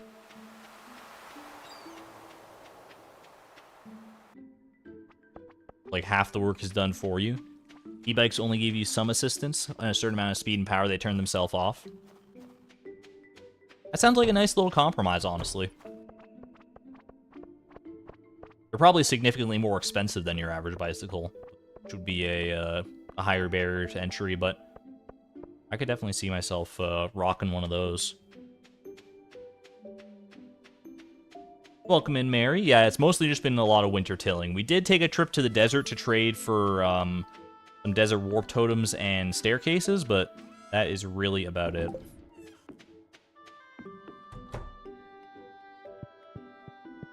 Otherwise, we just keep on building our stacks here. We're going to have a full stack of the winter roots by tomorrow. Maybe even the snow yams if we're lucky. Soup? Soup! Oh my gosh, I just look in chat and see people yelling soup at me, and I'm like, what the are you guys hungry out here or what? But then I remembered, yeah, Gus is selling the pumpkin soup. That's actually very, very good intel. Thank you for saving me on that one. The pumpkin soup, we need it. Please be more than like one pumpkin soup for sale, by the way. I mean, we are getting there late in the day, so he might be running low in his vat of soup. Come on, Gus. One pumpkin soup. I shouldn't open my big mouth. Alright, well, it's better than zero. Better than nothing. Why do we need it? It's a +2 luck buff, which is big for our Skull Cavern treasure room chances. Good soup. Soup.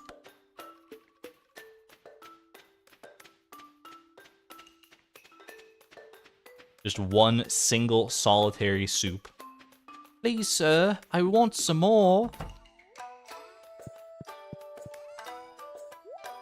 I'm gonna put it in this, actually, I'm gonna move...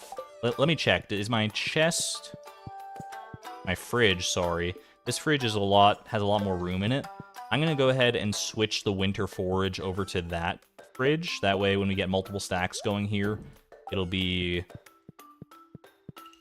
more... I'll have to worry about it less. There's more space for that to expand. We're not going to get that many stacks, I would imagine. Well, I guess you never know. All right. Thanks for the save on the soup, y'all. That was a big one.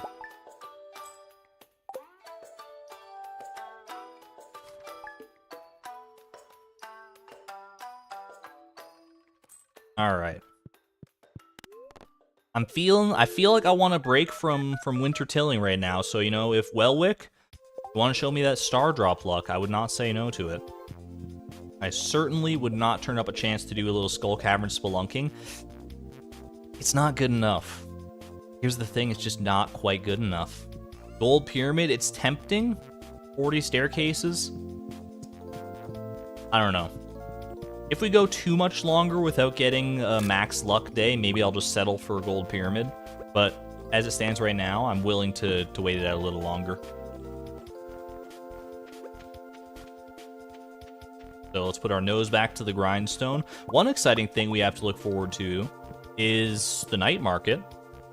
You might be like, that's not that exciting. There's not really anything we can get at the night market. Au contraire, we've got a little bit of new tech, as informed to me by a nice YouTube comment that was so... It was such a pivotal moment that I was like, I took a screenshot of the comment I don't remember the person's name, but I have the screenshot.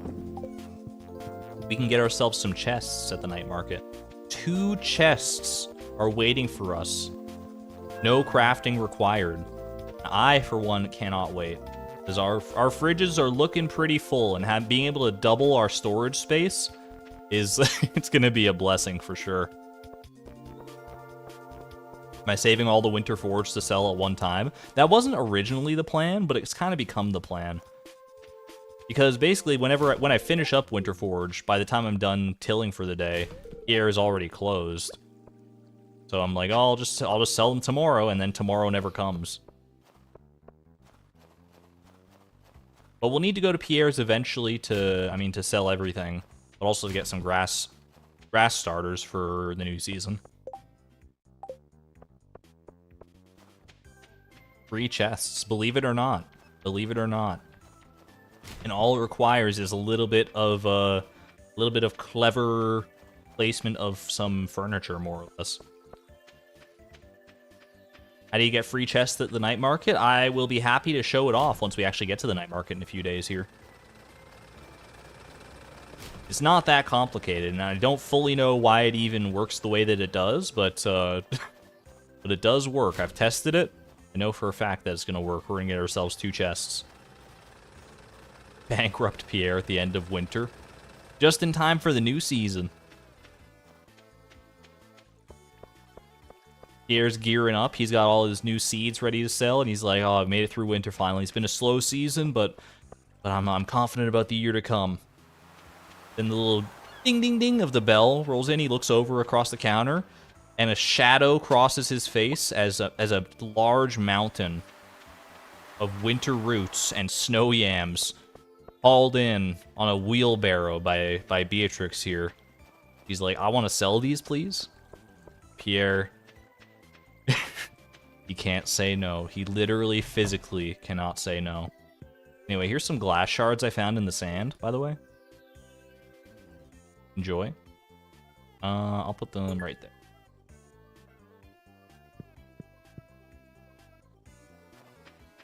Can't wait 5 days to learn the chest hack? I mean, we've already been here for like an hour and a half.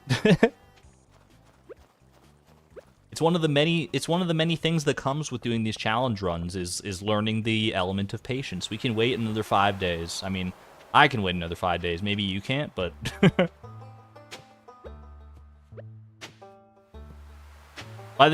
here's the great thing, by the time we get to the night market, we'll forget that we even had this discussion.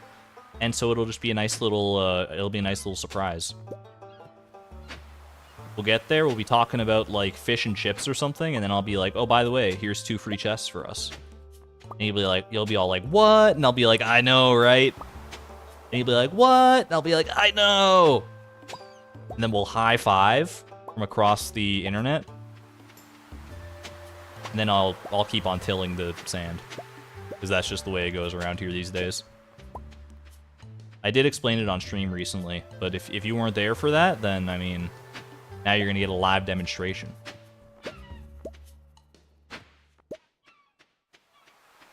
Like, if I explained it right now, that'd be like if, like, when you're watching about to watch, like, a new episode of Breaking Bad, and, like, Bryan Cranston comes on screen, and he's like, hello, here's what you're about to watch. Here are the pivotal plot moments that are about to unfold before your eyes on the screen. And he just takes, like, goes on a 10-minute tirade explaining, like, what's about to happen, and he's like, thank you, enjoy the episode. You're like, why the heck did he do that? I wanted to see it unfold for myself. What are you doing? Bryan Cranston!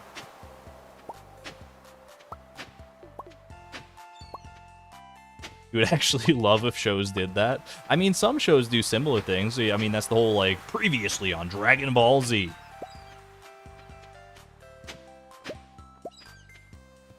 Little recap, but I guess, you know... A recap is different than a pre-cap.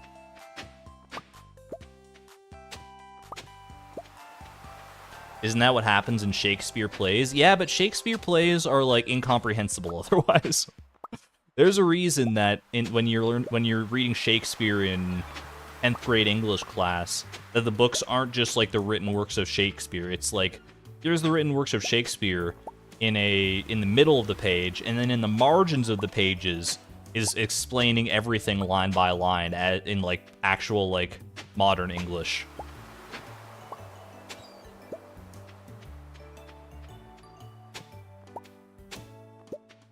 Not to diss Shakespeare, but I mean, I'm sure it was all great in his time.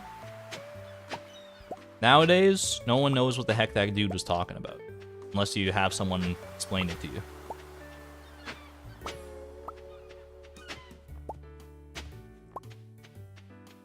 You've been known to seek out spoilers. There's dozens of us. I've sought out spoilers in the past for some things. I can't think of anything in particular at this exact moment. But I know that I definitely have in the past where I'll just be like, I just want to be spoiled in this, I don't care. Because for me, spoilers don't usually ruin the experience all that much. If at all, to be honest. I usually am so invested in whatever I'm watching or playing or what have you, that even if I know what's about to happen ahead of time, I can still enjoy the moment for what it is. I can still get that nice goose pimply feeling of the shock and awe and of a story beat just well done. Like if it's a good enough story, spoilers should not ruin it for it. That's always been my philosophy when it comes to that.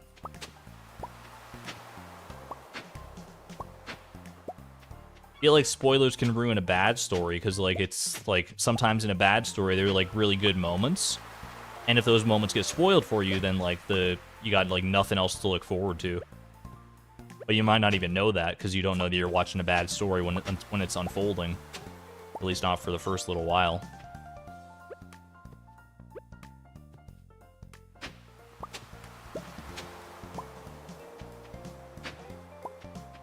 Oh shoot, I didn't mean to do that.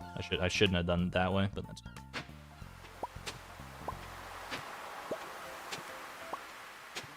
Five there, and then we go here. Like so, yeah. He's learning. Beginning to understand. Seeing the matrix. Matrix of snow yams and winter roots. Beautiful. Here. Should do the trick.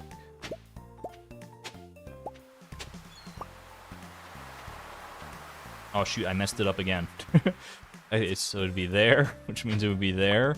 Oh, I'm throwing myself off. I keep forgetting to like hold back by one so I can move down here, but that's alright.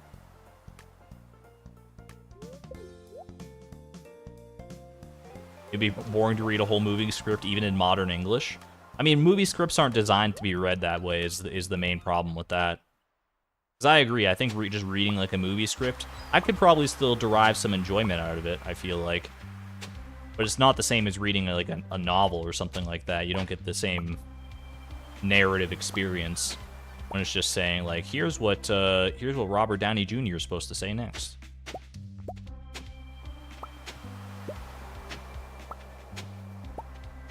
Just don't work like that. Which is why scripts are usually not something that are published. They're more just they're more designed for a utilitarian purpose. Yo, the snow yam luck kind of out of control here. Wait, did I just do 7 there? I did 7, but I still got the yam from that. So that should have been there, which means this would be here and then here.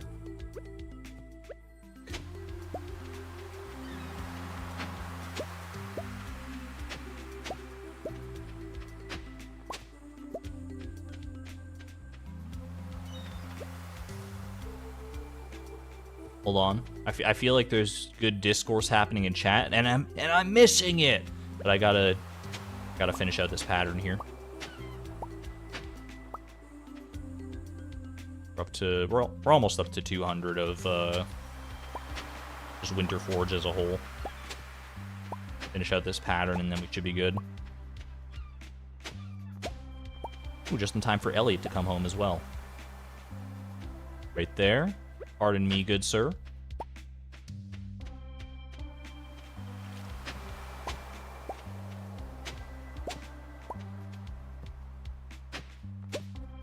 Alright, that's good enough for me. 113 snow yams to 99 winter roots. That was a fantastic day.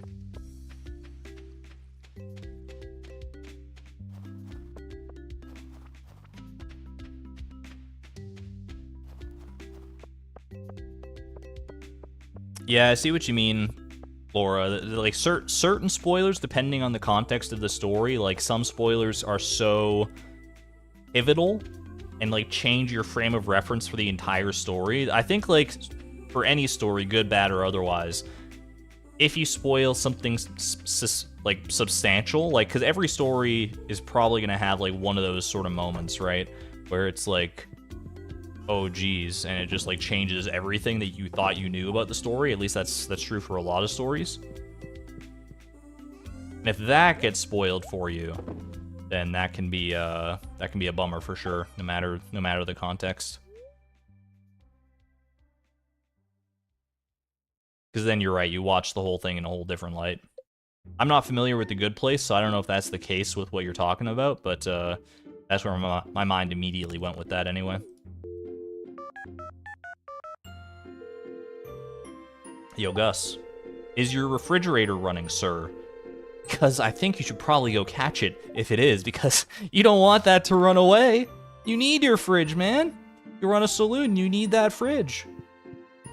Oh, he's so silly. Chocolate cake, though. Alright, gold pyramid luck, not good enough. We've only had one star drop day so far in the entirety of winter. Means we're due. How that works, right? It's better every time. I'm telling you. You know, it's the rule of threes. If you tell the same joke, you tell the joke once, probably funny, people will laugh. You tell it a second time, people aren't going to laugh as much. You tell it a third time, and suddenly it's funny again. Then you tell it a fourth, a fifth, and a sixth time, and I mean, 6 is a multiple of 3, so it's like twice as funny as it was the third time. So every third time, it just gets that much better. That's what the rule of threes is, right? When it comes to like comedy.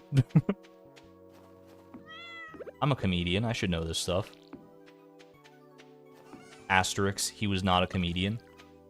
He's not even funny most of the time. It's a monkey. Welcome on in, Tyler.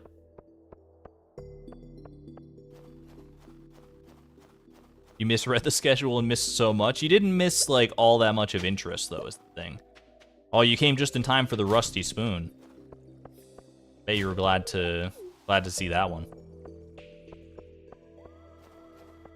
No, it's mostly just been winter tilling. Just amassing dozens upon hundreds of winter roots. Snow yams and the like. If there was one stream, I mean, I shouldn't say this as like a content creator, but if there's one stream to miss, probably this one. Depends on what we get at a Skull Cavern when we finally get to go there, though. Have I donated the spoon? I believe so, yeah. Have I donated the broken glasses? I mean, Gunther takes glass shards. Why would he not take broken glasses? This is like glass shards with a little extra panache. He might be like, wait a minute, these are the glasses that I threw in the garbage? And I'd be like, well, Gunther, you're museum worthy in my heart. And then he'd blush. And he'd put them on display. And then when I left, he'd like take them off the display. Because he's not going to display broken glasses. But it would be a fun little wholesome moment. Glasses aren't typically made of glass. You just blew my whole world apart. What do you mean? Glasses aren't made of glass? I mean, that actually makes a lot of sense, because you probably don't want, like, fragile glass frames in front of your eyes. I figured they were made of glass, but, like, a particular special kind of glass. Or are they just not made of glass at all?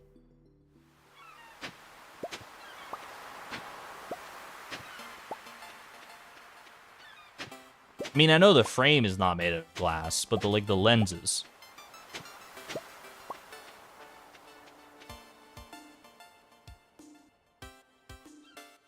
Like, I don't think I thought the lenses were glass for sure. Like, there's, you know, not the same glass you'd use for like for like a window or something. Nowadays, the lenses are plastic. Dang, man, they just try to use plastic in everything these days. It's like it's an incredibly useful material, useful and versatile material. Really a clear, hard plastic. Why don't they make like, or maybe they do. Do they make like car windshields out of that now then? Because I feel like that would be another good use case for it, but there's probably a reason that they don't do that, because I'm pretty sure that car windshields are glass, because like they can like shatter in a certain way. Even many camera lenses aren't glass because some plastics have better light properties. That's kind of cool. I like that. I like learning that kind of science reasoning.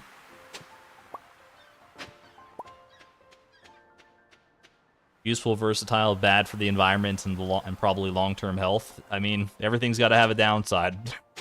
There's unfortunately no winning there, but hopefully we're trying to phase out plastic in as many places as we can these days. They have to shatter to avoid injury.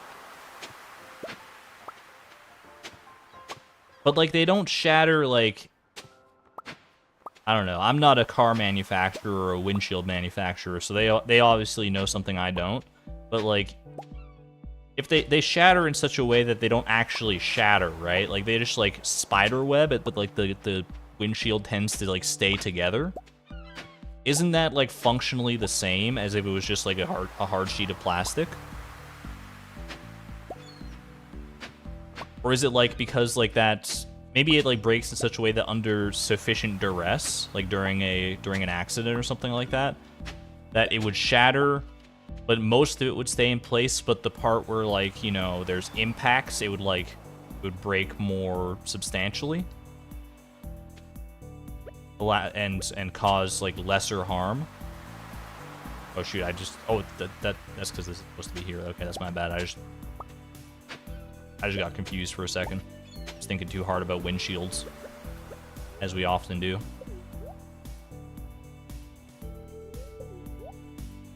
They break nicely and not jaggedly.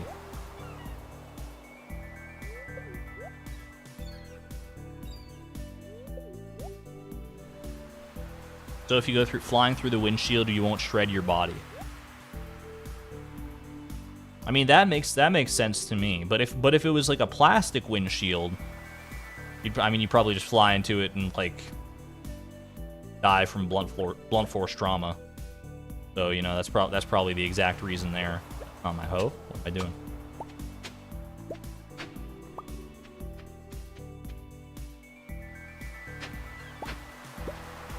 Sorry, I'm misclicking and I'm misremembering patterns, and I'm trying to maintain a dialogue here, and it's a fool's errand. All right, we're gonna go right there, and then we are gonna go. So it should have been there, so it'll be here now. Perfect.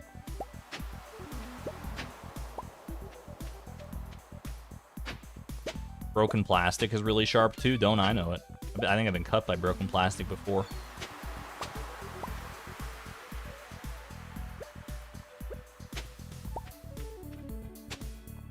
It is not fun. I mean, it's not fun being cut by anything, but the sharp edge of plastic, or like, ooh, like a nasty like cardboard cut too, like from a box.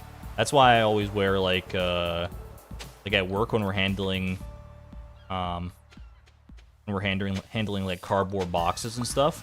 I'm wearing gloves 100% of the time, because I've had enough cardboard cuts to know from just like accidentally grazing my hand along the edge of like one of those cardboard flaps, to know that it's not something I want to repeat of if I can help it. So I take the extra couple seconds to put on my cut-resistant gloves, and I'm very thankful for it at the end of the day. I don't know how many cuts I've avoided just as a result of doing that alone.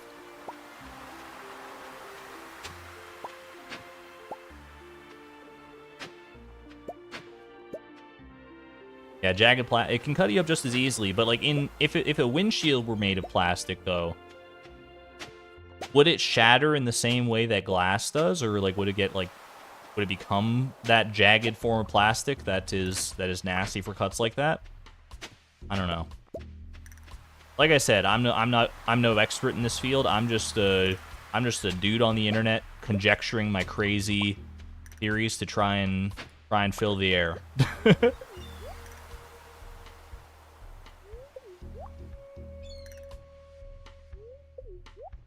Cardboard cuts and cuts from the plastic of strawberry containers are some of your least favorite. Just like the way you phrased that, of like the cuts from like strawberry containers, it made like a shiver run down my spine. It's a very visceral mental image. Because I know exactly the sort of cuts that you mean.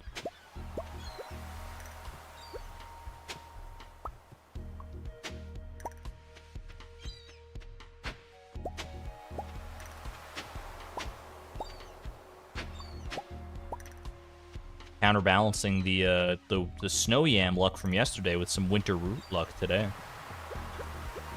Don't tell the winter roots, but I'd rather have more snow yams, personally. Not only because they sell for more, but because they're like, they're more aesthetically pleasing to me. Don't get me wrong, winter roots, I'm happy you're here. I'm happy that you're contributing to the party and making this a little bit more of a varied activity than it otherwise could be, of just getting like snow yams upon snow yams upon snow yams.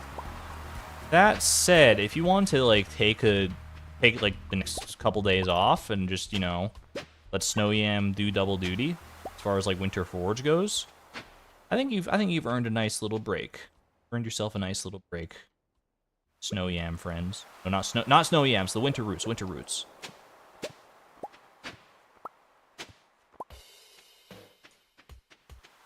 He's beginning to go insane. He's talking to the winter roots now. Tinfoil is the worst culprit for you as far as cuts go. I don't think I've ever been cut by tinfoil, actually. Probably only a matter of time, because I'm honestly not that careful when dealing with tinfoil, probably because I've never been cut by it.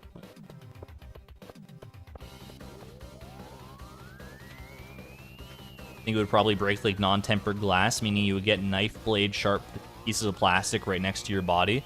I'm just gonna like get a bicycle. The moral of this story is get a bicycle. Don't have a windshield on a bicycle. Don't even need to worry about that part of it. Just wear your helmet and you're good to go.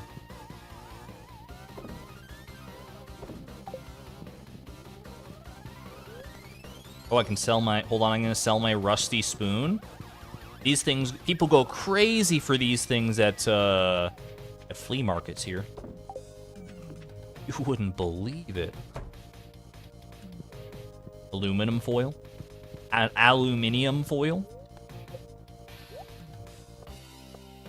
A foil by any other name would be just as shiny. What if I wanted a windshield on my bicycle? You're gonna have to get a custom fit, I'm afraid. I feel like it would be hard to drive a bicycle with a windshield, but you know what? You do you. I feel like the air drag would be suboptimal, to say the least. Hey, Carp Surprise, my favorite. How did he know? Still gold pyramid. They're really pushing for that gold pyramid day. Okay, I'll be patient.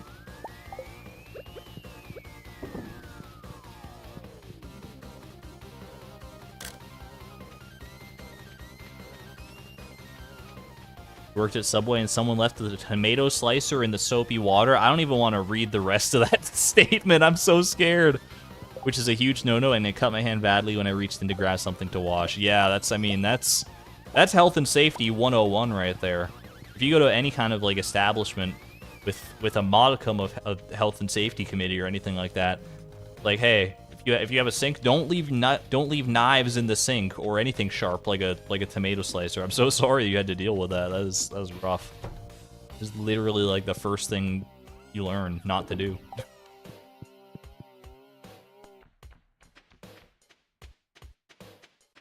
Rate your foils. Aluminum algebraic character. Number one in my heart, gotta be character foil. I'm a storyteller at heart. Hold on, I saw that artifact spot. Then probably algebraic foil. First outer, inner, last, baby. Forever and always. And then aluminum foil. Just because it's the last one left. I don't have anything particular against aluminum foil. In fact, I quite like it. Keeps your sandwich nice and fresh. That kind of wrap is just the best. Put it in your cooler. Eat it when it's ready. And maybe you'll choose a refreshing herbal tea. See, if we add Foil, the song by Weird Al, into that tier list there, I mean, that's number 1 by a large margin. And if you disagree, I'm sorry, you're just objectively wrong.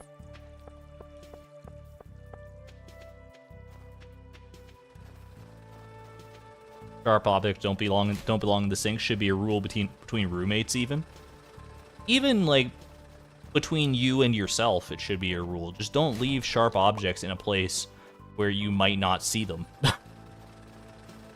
If you have like knives around, put them in a place. Like if you're walking away, put the knife like into its holster or put it in a place like in the dishwasher or something where it's going to be safe and no one's going to accidentally like touch it somehow because they don't realize that it's there.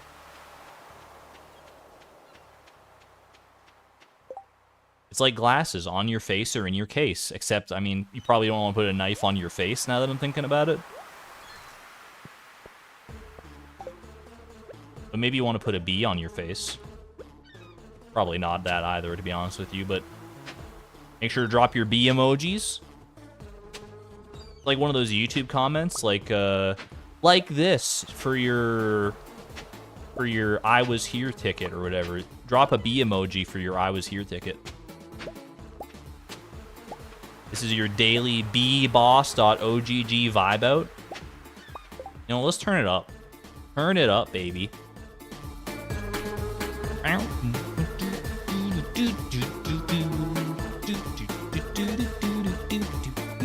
Oh, I'm jamming. I'm jamming. Oh, I thought we were down to like the little like Donkey Kong Country part of the song. Hold on, I gotta wait for that part. It's my favorite part of the song when it starts to go like, wait for it.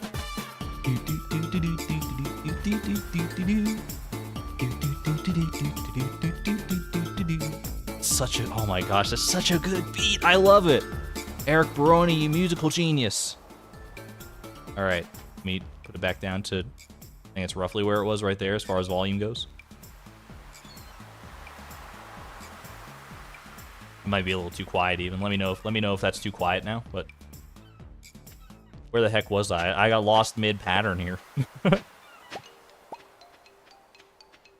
I love that song so much. All right, 1, 2.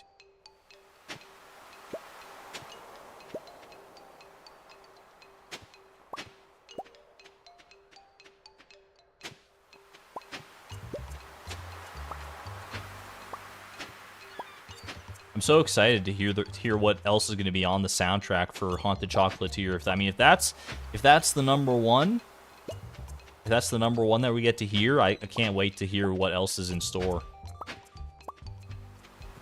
Especially if Eric Baroni is of the opinion that you save the best for last. In which case, bboss.ogg is the worst song on the soundtrack. Chat, could you imagine? Can you imagine a world where b_boss.ogg is the worst song in the Haunted Chocolatier soundtrack? That's a world I want to live in. You might be like, I don't want it to be, because, I mean, you might say, like, no, it's not a bad song. How could it be the worst one? But that's what I'm saying. If it's that good and it's the worst song, just imagine what the other songs are going to be like. I don't want to hype it up too much, but I think he's upping his musical game.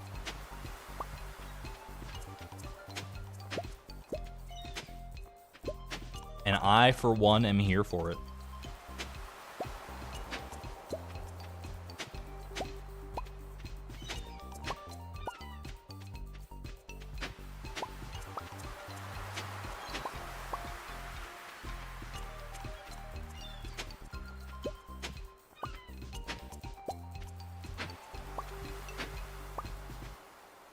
Maybe it's the first and last song in the whole game. You know what? I'm also here for that. If that's the only song in Haunted Chocolatier, you might say it's going to get old quickly, but I disagree. I'm going to show up day one in full B cosplay, and I'm gonna rock out. I'm just gonna enjoy my time. I'm gonna be a little confused. I'll be like, why is a game called Haunted Chocolatier all about bees? Someone get Nicolas Cage on this thing. But I'm still gonna enjoy myself, no matter what. Last minute name change to Haunted Apiarist.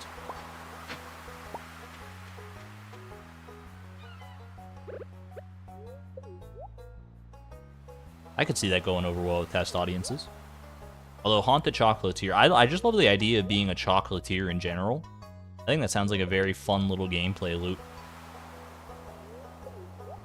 I'm a sucker for any game where you like get to like make food and stuff. So the fact that that presumably like making chocolate and many different varieties of chocolate is going to be a core component of Haunted Chocolatier, gets me so amped up.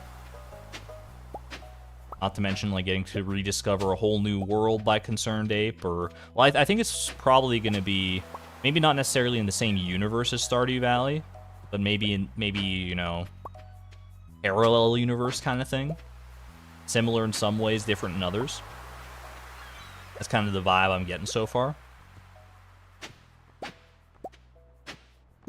Which does mean we're probably not going to see Haley or Krobus or anybody like that in Haunted Chocolatier. Hey, person can dream, right?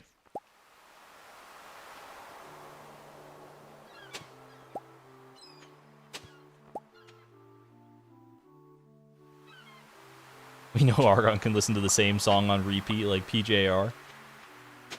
I still got to release the 10-hour version of PJR. I still think that's a song that deserves its 10-hour version.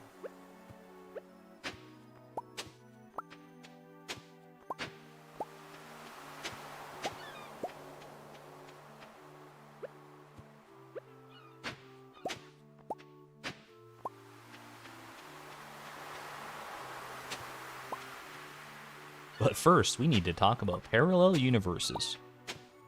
Still an all-time great video. I love that Pan and Coke is doing like other stuff now too. Like he's come back and he started to make more content, like a lot of YouTube shorts and stuff that have to do with like Super Mario 64 related mechanics and stuff. I've been loving the Pan and Coke resurgence. Maybe no one here knows what I'm talking about, but if you do, you know that it's a good thing. It's a good place to be. Maybe a standalone sequel, same universe, but different, but little connection to Stardew. I feel like I saw a tweet to that effect. I think Concerned Ape was asked like, what's the connection to Stardew going to be, if any? And I think he answered in kind of a similar vein to that. I'd have to go and like actually dredge up the tweet, but from what I remember, that sounds familiar. That sounds pretty accurate. Of course, it's still in development. Things are liable to change quite dramatically, I would imagine. If you ever go and look at like the stuff from like the early days of Stardew's development, a significant portion of it is changed or non-existent in the final game now. So I shouldn't expect any different for Haunted Chocolatier.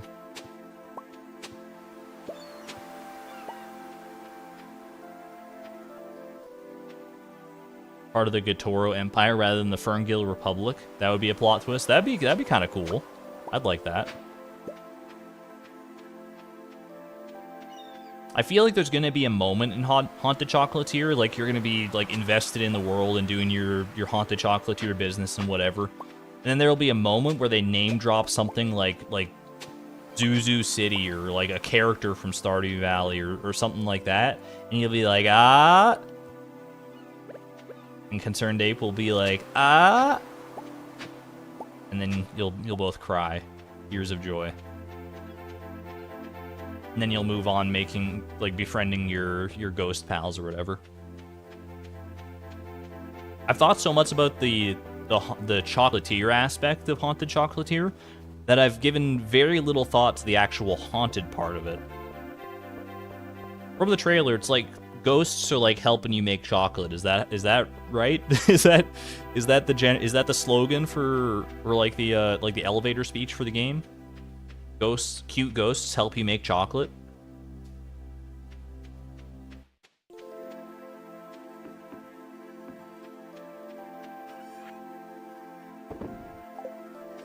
Do you think you're going to be able to have a romantic relationship with any of the ghosts? Asking for a friend?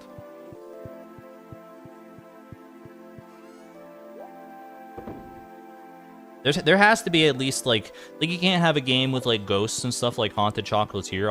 I guess there are ghosts in Stardew, so this doesn't really hold water. You can't have it where they're, like, helping you out, and you can't, like, there's not a ghost NPC that you can form a relationship. Even if just, like, a strong platonic friendship. I can't wait to meet my ghost waifu.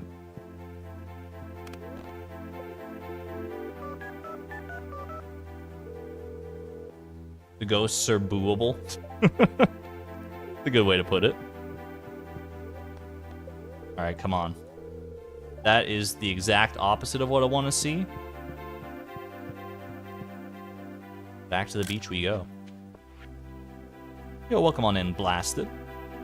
I've got another challenge for you. Catch me a lingcod. Willie, I have caught 3 jars of mayonnaise. That is the extent of my fishing career, and now you want me to catch the hardest winter fish that there is, barring, like, the glacier fish?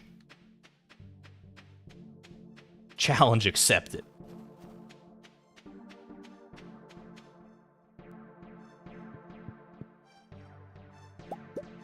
Got a request of 1 heart-shaped box of chocolates for a girl named Haley. Oh, don't get my hopes up. Don't get my hopes up, Karita.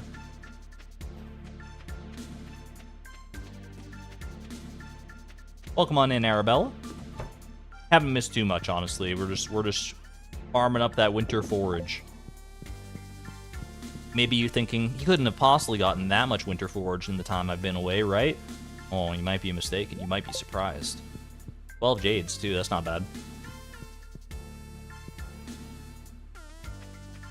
You see Mr. Cheese showing up in the late game content to connect back to Stardew? Yeah, you know what? That would be a good way to tie it all back together.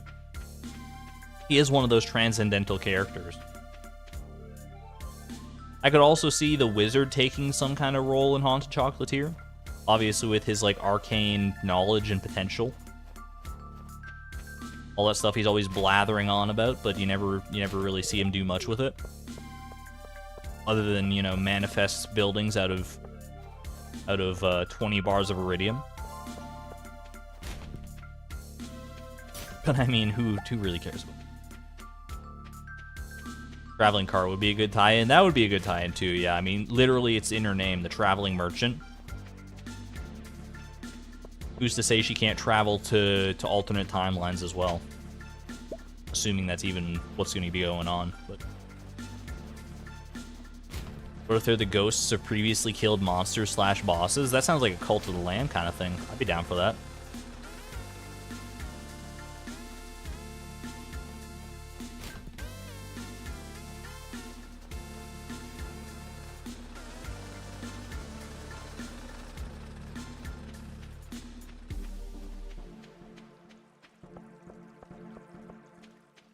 I'll still be able to do this tilling during the night market, right? Because I know the night market, like, the beach changes all around, but this whole area up here is all pretty much the same, and I think you can still till on it and run into basically no problems. I'm relatively confident of that, but if anyone knows otherwise, and you're like, no, I'm gonna have to take a break from tilling during the night market, then let me know now. But otherwise, give me more snow yams. Give them to me. Give me the snow yams. Do you imagine running into a married couple and they're like, we've been traveling the world for years now, can't wait to send our daughters to some of your chocolate, and it's Haley and Emily's parents? I would have mixed feelings. I need to know why they've been gone so long. I mean, in the Price of Perfection timeline, they've been gone for over a century with no signs of returning anytime soon, so...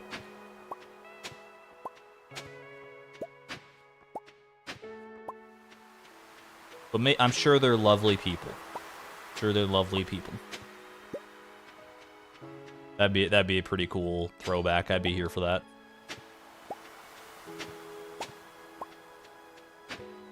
No matter what, there's going to be some kind of tie-ins or some kind of throwbacks or just, Ooh, a train's passing through. The leprechaun shoes, they tempt me. They tempt me ever so much, but that's a little far to go right now. Yeah, whatever form the references to Stardew manifest in Haunted Chocolatier, I'm gonna be smiling all the while. Even in the unlikely scenario that there are no references to Stardew, I'm still gonna be just like too busy enjoying the game, I'm sure, to even like care about that. Have a good one there, Tyler. Thanks for hanging out. This snow yam is for you. The Nautilus shells look so pick-upable. Look at these two are like having a conversation with one another. They're like facing each other. These are like little mouths. They got spirals going on like they're out of a Junji Ito story. Their heads just turned to spirals. What do you think they're talking about? What would a Nautilus shell have to say to another Nautilus shell?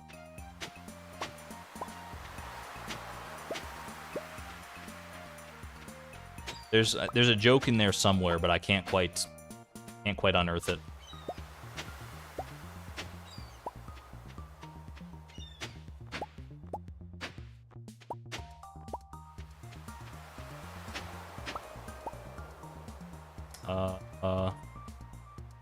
Is it this? Is it?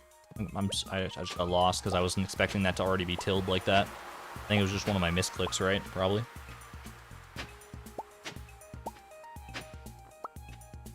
She sells seashells by the seashore. So true. They're just constantly saying that same tongue twister back and forth to themselves. What is that Junji Ito story with like the spirals and stuff? I want to say it's Uzumaki. That's the name that comes to mind. By the way, very not PG-13. None of Junji Ito's stuff is PG-13, so probably don't go looking it up. It's definitely nightmare-inducing, but the man does it like nobody else. He makes nightmares that are strangely beautiful, in a way. It's a competition. Uzumaki does mean spiral in Japanese, so that probably seals the deal then, because I don't know any Japanese, so that's that checks out. 4, misclick, but that's okay. 5.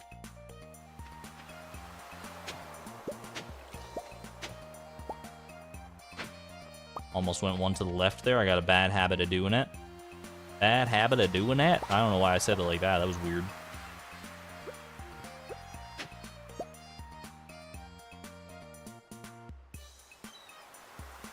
Instead, we can look up some of Hayao Miyazaki's works.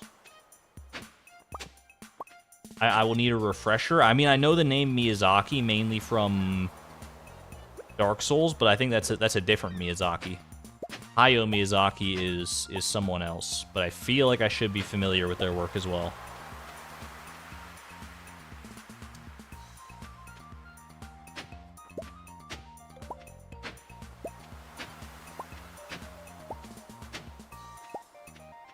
Yeah, different Miyazaki. I gathered as much. I didn't think... I mean, obviously, I think Miyazaki is a relatively common name in... or a relatively common surname in Japan. Would be my hunch anyway, because, I mean, there are a decent number of people that you hear about named Miyazaki.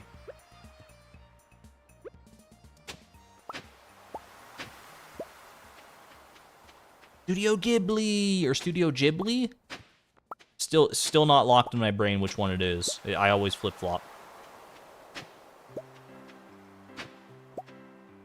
Yeah, that's a very those are very different kinds of stories than Junji Ito. Uh-oh. Wait, I think I'm left by one? Maybe? I'm just gonna go here. Wait for it to catch up. There we go.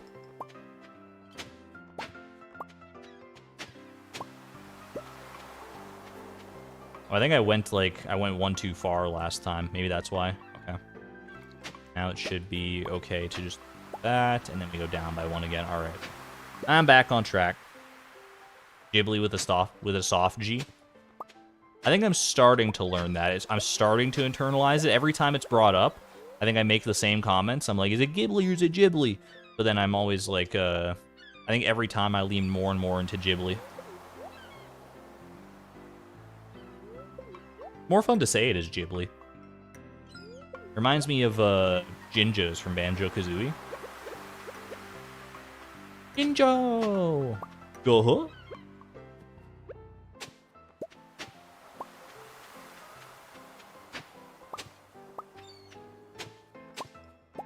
I've been meaning to watch more of the Studio Ghibli stuff as well.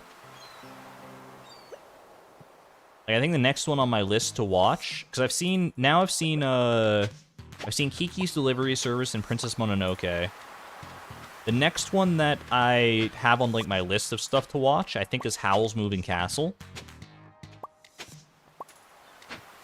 And My Neighbor Totoro is on there as well. What other ones do I need to put on there, or what other ones should I have on there as far as like Studio Ghibli classics to watch? I mean, I'm sure they're all classics in their own right. But what are the ones I should be prioritizing? Poco? I don't think I've heard of that one actually. But I like how it sounds. I like how it rolls off the tongue. Poco. Just etymologically makes me think of Pachinko, which makes me think of Super Mario Sunshine and that one Shine that nobody likes. The Ghibli movie about raccoons, is that My Neighbor Totoro or is that Pompoko? Totoro's not a raccoon. Totoro's like Totoro, right? He's just like his own thing. Or is he like a tanuki? Grave of the Fireflies. I've heard of Grave of the Fireflies for sure before. Yeah, that's supposed to be like a really sad one. But hey, you know what? Sometimes you're in the mood to cry. Pompoko is about a raccoon society. Rocket Raccoon's origin story? The Marvel Studio Ghibli crossover that nobody asked for? Has anyone seen Guardians of the Galaxy Volume 3? Is that any good? It's probably pretty good, right? I mean, I know there's been a lot of, you know, scuttlebutt and discussion over how good, like, Marvel stuff is these days. Like the critical consensus on stuff like Ant-Man Quantumania is, you know, mixed. The Guardians of the Galaxy, I feel like it's... I mean, the first two were so much fun. You can't stand to watch anything with Chris Pratt in it?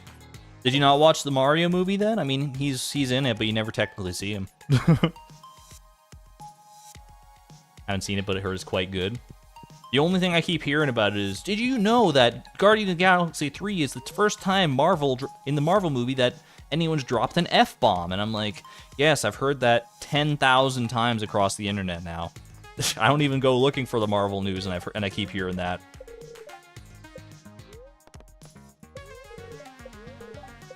Bad luck again, unfortunate. I guess I can take the Jades in today, though.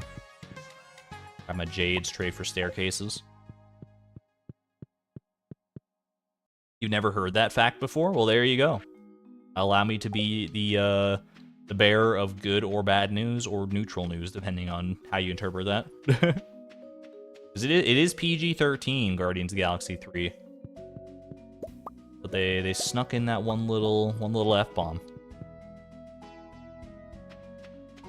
Staircase day. This is the milestones we mark during winter.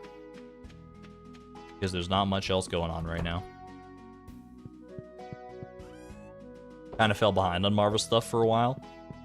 I was very behind for a long time, and now I'm still behind on like pretty much all the modern Marvel stuff, but like I went on a full binge of everything from Iron Man through Endgame to get caught up on like the Marvel Golden Age, I guess. I keep hearing that like things after Endgame are not quite as good as the stuff before Endgame, but maybe, I mean, I'm sure I'd still enjoy it. The fact that that's even news feels so lame to me. I know, right? It's like not really that big of a deal.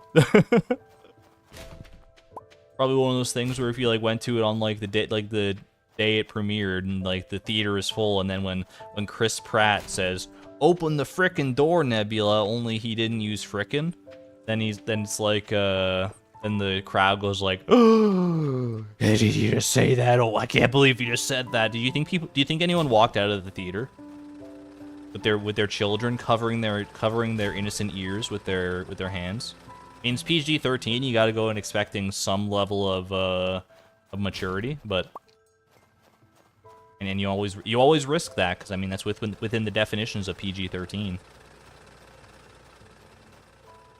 How is there a path to the mushroom cave? It was blocked. There was a log that like destroyed one of the rocks at some point and opened the path back up. The magic of debris.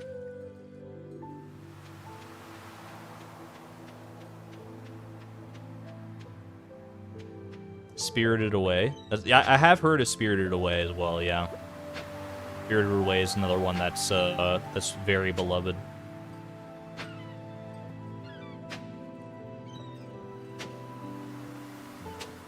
Maybe I'll do that later today too. I want to go for a walk later today after the stream, and then maybe I'll watch a Studio Ghibli movie. If I watch like one Studio Ghibli movie a week, I'll have watched like the full filmography and like I mean I don't know how many movies Studio Ghibli made.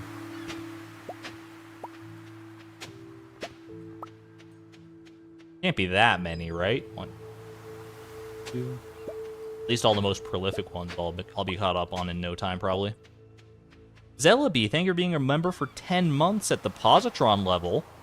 I greatly appreciate the generosity and support. I feel like I'm supposed to say something wholesome during this, but instead I will give a bad joke. What has 4 wheels and flies? A garbage truck. This is... I don't have... I need a... I need like a soundboard for that. Also, yeah, like 10 months as a member, pretty cool. Thank you very much for the support, Zellaby. I will lock that bad joke in the back of my brain for future use. It's always good to have a bad joke arsenal. I think I've heard of that one before, but I had forgotten its existence.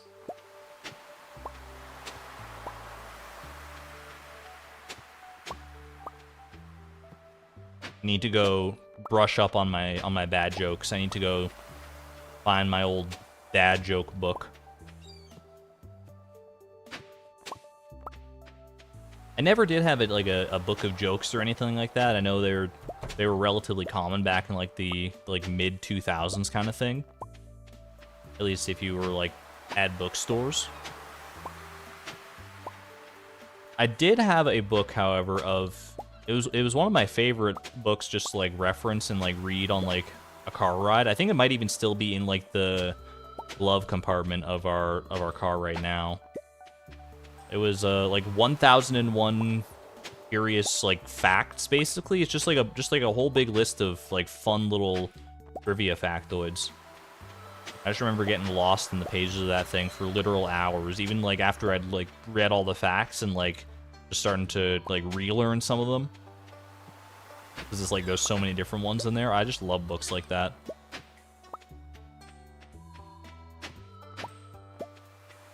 You know me, I love vast quantities of largely useless information. That's why I love Stardew Valley challenge runs, because you just absorb such vast quantities of information that outside of this particular niche vacuum that we find ourselves in right now.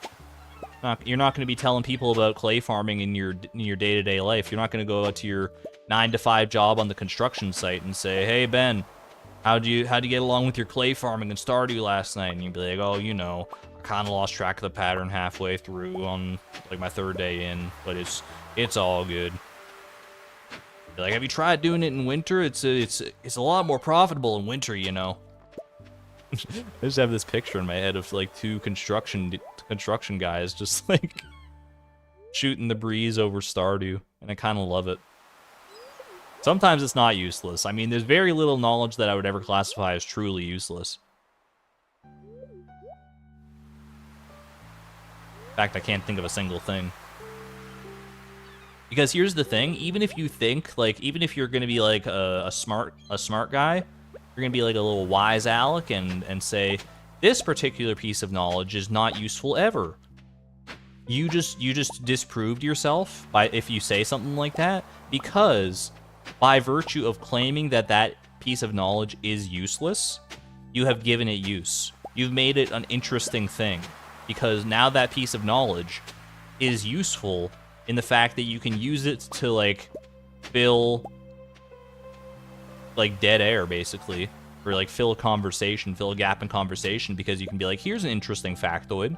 And even if it's not, like, that interesting, it's useful in that context now. So you've just... There's no winning. It's a catch-22.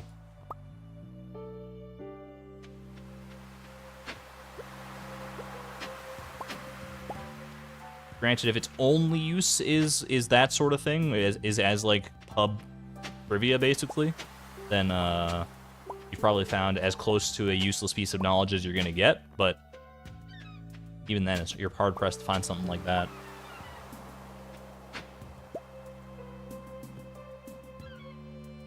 But what if it's not a true piece of information? Then it shouldn't be in the conversation. Then if it's not a piece of information at all, then it's like, what are we even talking about it for?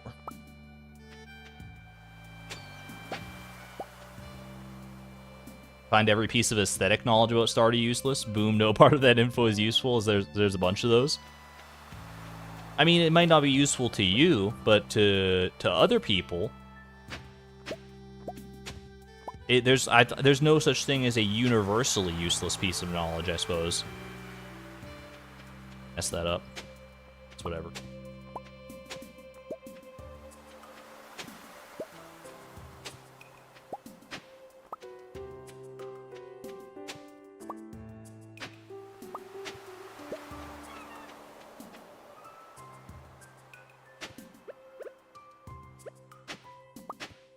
I don't know. And I also just, think that even if you have a piece of knowledge in your brain that you're never going to use for any practical purpose, I think knowledge in and of itself has value. And that's good enough for me. Just, having the knowledge in my brain has its own sort of intrinsic value. Maybe not to everybody. Different strokes for different folks and all that, but as far as I'm concerned, the more knowledge I can accrue, the happier I am in life. Almost out of blackberries here, by the way. Just realized that. Been a long time coming. These blackberries have served us quite well for the past year, basically. Even more than a year, realistically. We are almost at. We're gonna have to pivot to common mushrooms pretty soon.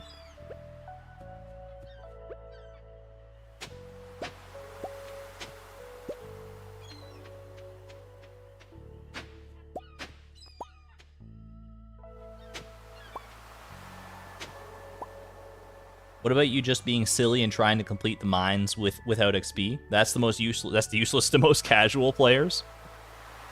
I mean, that's the thing though. It's useless to most casual players, not all. I guarantee, at some point in the future, there will be another person who's trying to get through the mines. Oh, I messed up. Hold on. Wait a second.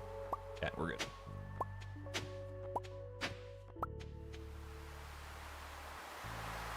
Right here? Yeah.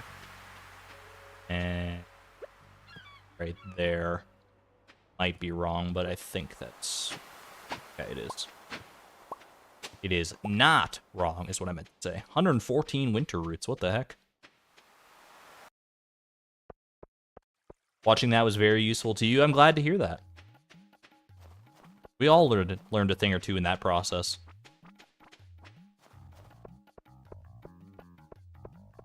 Yeah, I'll bring the mushrooms with me tomorrow just to be able to pivot to the blackberries from them. Or from the blackberries to them.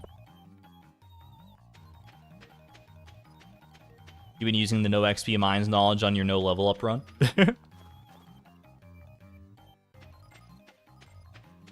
Best of luck to you, Cobalt.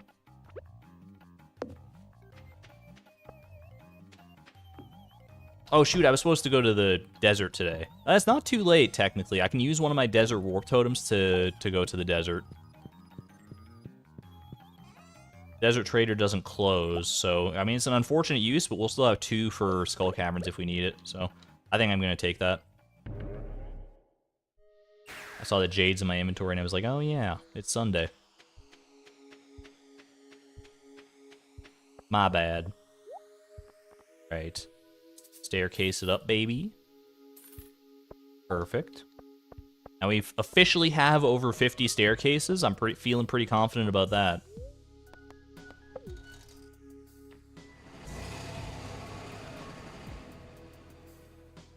With 50 staircases, and we got 50 staircases, we got a pumpkin soup for +2 luck.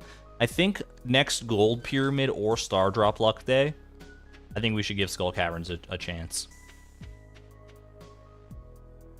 I'm just itching to get back in there. And obviously the winter foraging, oh, just kidding me? The winter foraging is important, but it's only important in so much as, look, I'm getting bored of the winter foraging. I need a break. I need to take a break, but I can't take a break because it's winter and I have to make every single day count. It's fine. Just had to get that out there. Now we can get back to it.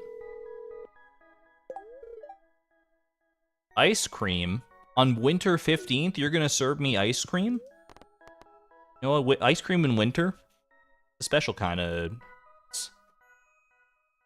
alright, fortune teller, please. Gold pyramid, I'm taking it. Tomorrow is the free chests day. Yeah, I mean, it's technically not free chests day yet. We don't get the chests until winter 19th. Or, wait, no, until winter 18th, until the day after night market is done. But the night market is pivotal for that, so. However, I'm gonna go ahead and take a break from everything we've been doing. Let's go make some Skull Caverns happen. What say you? How do you guys feel about a little field trip to Skull Caverns? I will take with me triple shot. Got the staircases, obviously. We'll take a triple shot for the speed buff. We'll take the I'm gonna take the mushrooms as well, just for healing purposes. I will take the pumpkin soup, and oh yeah, I kind of need the warp totem to actually get there, right?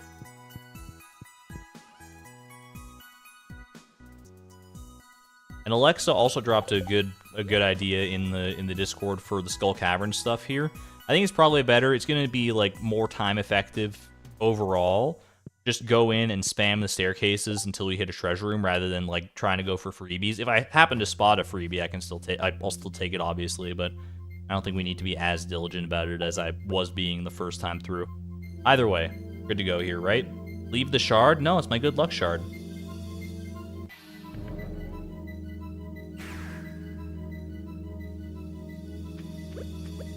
Guaranteed, if we didn't have this star shards in our inventory, we wouldn't get any treasure rooms. It would just never happen. All right. All right, let's go ahead and staircase on down. Good to go. I'll eat up the pumpkin soup once I get to floor 9. That way we get the most. I mean, I think it would last the whole time anyway, regardless, so it's not that big of a deal, but the min-maxer in me tells me to do that. We can't get treasure rooms until floor 10. Also, might as well check this if it happens to be that nearby, right? Okay, I don't love that. All right, goodbye. I'm I'm out of here, man. Ah! That was spooky. Alright. And hey, you know what? The defense buff from the pumpkin soup, also greatly appreciated. Take it. Zoom out to see freebies.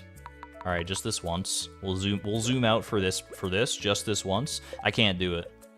It gives me vertigo. I don't know what it is. It makes me dizzy. I need my 100 zoom level. I just looked at it like, I gave it a passing glance and I was like, can't do that. That's not for me.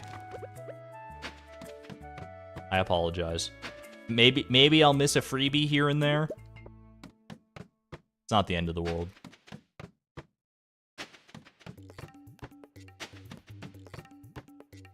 Just got to be very careful where I actually place my staircases, because I don't want to like double place a staircase by mistake or something.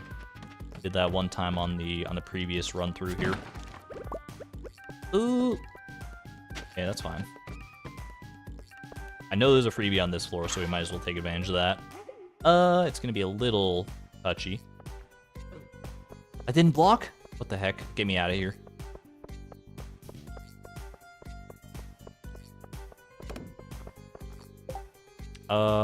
It's fine. It's not a big deal. Doesn't matter. Okay. 31 staircases to go. I can sense it. Oh, hey, there's our floor 25. If nothing else, we should be able to get our floor 25 quest done today. Whether we have to reset this or not, I'm probably just gonna make it a point to get to floor 25 today in Skull Cavern. First treasure room of the day. Let's see what we got. Could this be the first iridium bars of our life? It's a blue cowboy hat. Oh, it's kind of tempting. Chat, is kind of tempting. Just look at the fancy drip. Beatrix looking clean. Gotta keep going. But the mouse ears. But the hat. I mean, the hat's gotta give at least some semblance of good luck. It calls out to its kindred spirits in the treasure rooms. We'll enjoy it for now, because it's probably not long for this world. We're probably going to end up resetting this one, depending on how the rest of these treasure rooms go.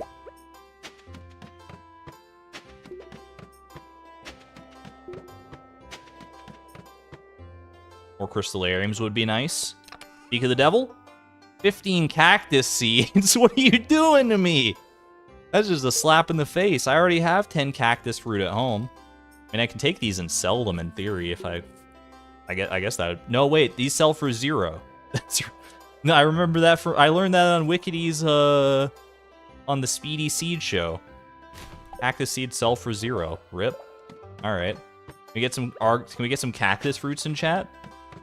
Cactus fruits? I mean, the cactus fruits, it's a good occasion no matter what, but... I'm always happy to see them. Maybe not right now. Maybe not ever. At least not when it comes to treasure rooms.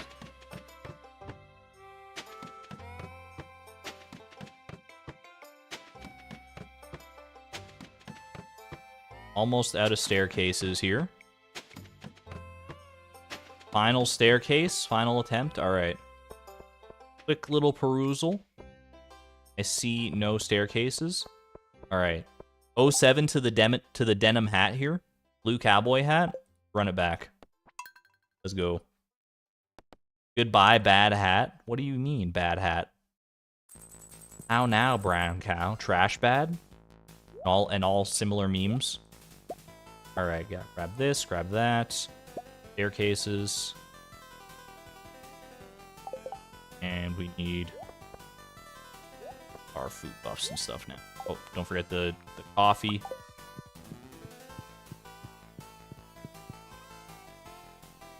Pumpkin soup. Good soup. Alright. Dominos. Farewell matching drip. I don't know if the drip matched that well, but it definitely... It kind of matched... I feel like the mouse ears do match better, honestly. Alright. Triple shot it up. Get a zoomin'. Zoomin'. And you know what? Just eat the pumpkin soup. Just to get it out of sight, out of mind. 7 minutes and 40 seconds. That's going to be more than enough time to use all our staircases. I'm not too concerned about that. Match the shoes. Yeah, but the shoes are not long for this world. These shoes are... I love the color purple. These shoes are made for walking, and that's just what they're going to do. Are you kidding me? I tried to click the freebie, and I used the staircase. What's wrong with me? All right. Oh, floor 11. This is where we got our crystallarium last time. Iridium sprinkler. I mean, those will sell for a lot, right? Like these will fetch a pretty penny if I try and sell them. So we'll see how the rest of this goes. If we get a nice haul from the rest of our treasure rooms here, that could be kind of nice. That could be a little bit of extra income. Only 1K? I mean, that's... Wait, 1K each or 1K total?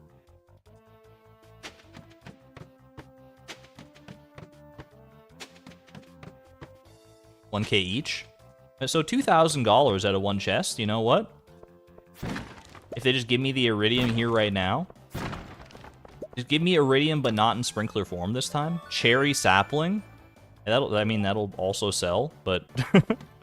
we need a little better luck than this right now. We need a little better luck than this. This is not going to do it.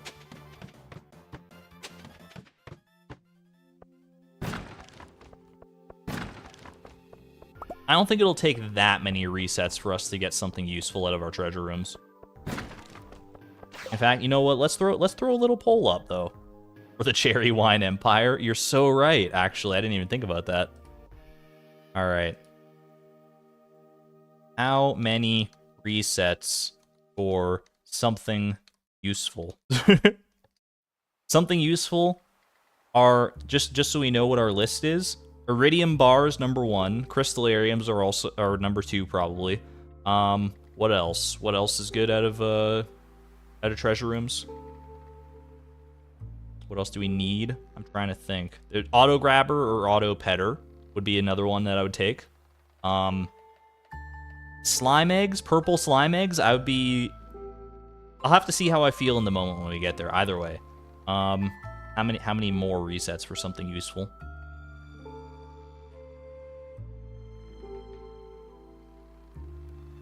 We already got something useful. The hat was great. It's useful to me, gosh darn it. 0, 1 to 3, 4 to 6. Start 4 to 6. Or 7 plus.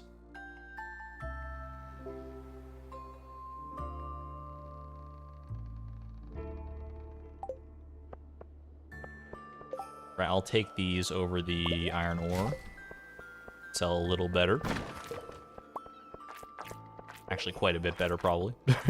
Excuse me. Alright. Mystic Stone, no! How dare you taunt me like that? Hey, we made it to floor 25 again.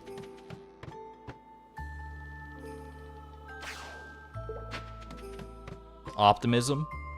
Most people are in the 1 to 3 category right now. 1 to 3 more resets.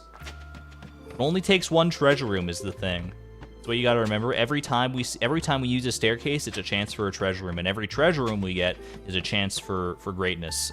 Case in point, 4 quality sprinklers. That's pretty useful. That's pretty useful. That's... Anyway, moving on. Oh, goodbye. What was I talking about again? 0 reset gang. We got 16 more staircases in a dream for the 0 reset gang. I believe. Ooh, magma geode kind of nice though. Kind of slick with it on the magma geode.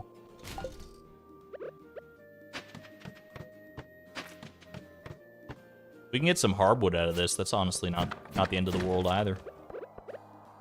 Actually, can hardwood show up in Skull Cavern? For some reason, I feel like it can't show up in crates and barrels in Skull Cavern. But I could be wrong about that.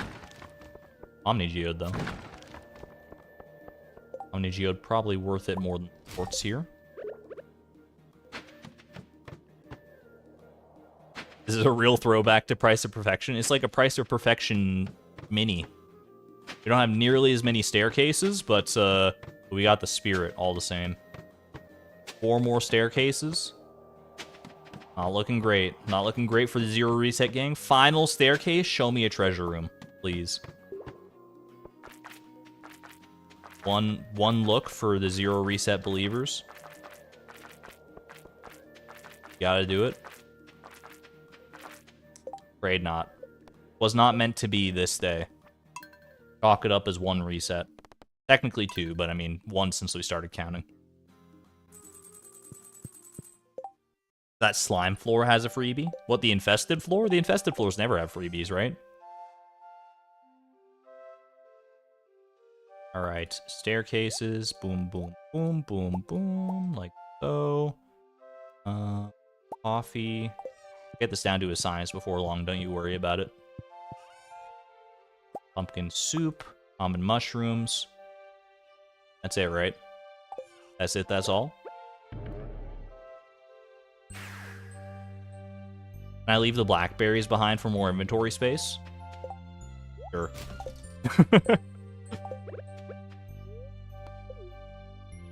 It's only 20 blackberries, so I'm not sweating it that much. And next time I will just, like, properly leave them behind. But, every little bit of inventory space does count, in theory. Alright.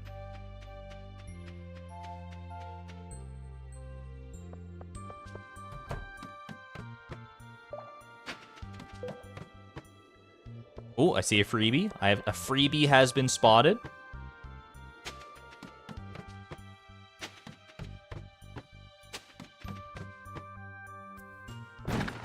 I don't know why I'm always, like, holding my breath even on these early floors, even though I know, intellectually, I know they can't be a treasure room, but what if there's just a little glitch in the code? And you know, the first, like, 10 floors are all treasure rooms. What if we just, like, invert the code a little bit? Would that be okay? Area's overrun with monsters. No, thank you. Next time, that optimism is not 100%. I'm in the 1 to 3 reset believers right now. 1 to 3 is not exactly one reset. Maybe I believe more in like 2 resets. Well, maybe I'm about to be made look like a fool. Little rain totems out of that. That's some truffle oil waiting to happen right there. Ooh, almost back to back. I'll take it. 15 cherry bombs. All right then. Yeah, I'll take the shaft as well. Give me the shaft. No reason not to. 8 levels. Ooh. 1.87% chance to get hardwood. Good to know. Thank you for the quick and fresh intel.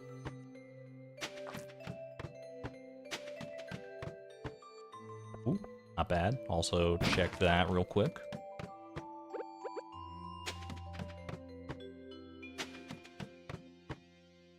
Give the oil to Lewis. I mean, I need a deconstructor first and foremost. That's you might just say go get a deconstructor, dummy. It's not quite that easy.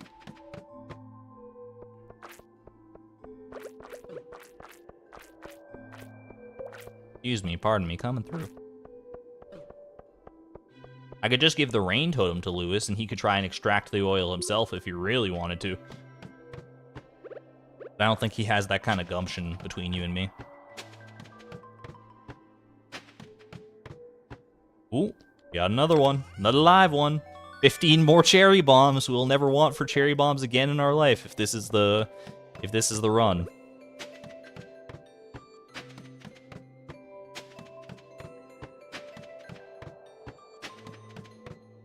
Come on. Final 10 staircases. Show me one more treasure room. Show me one more treasure room. Just give me one final shot at greatness here, please. Be a lucky ring. If we're feeling a little frisky.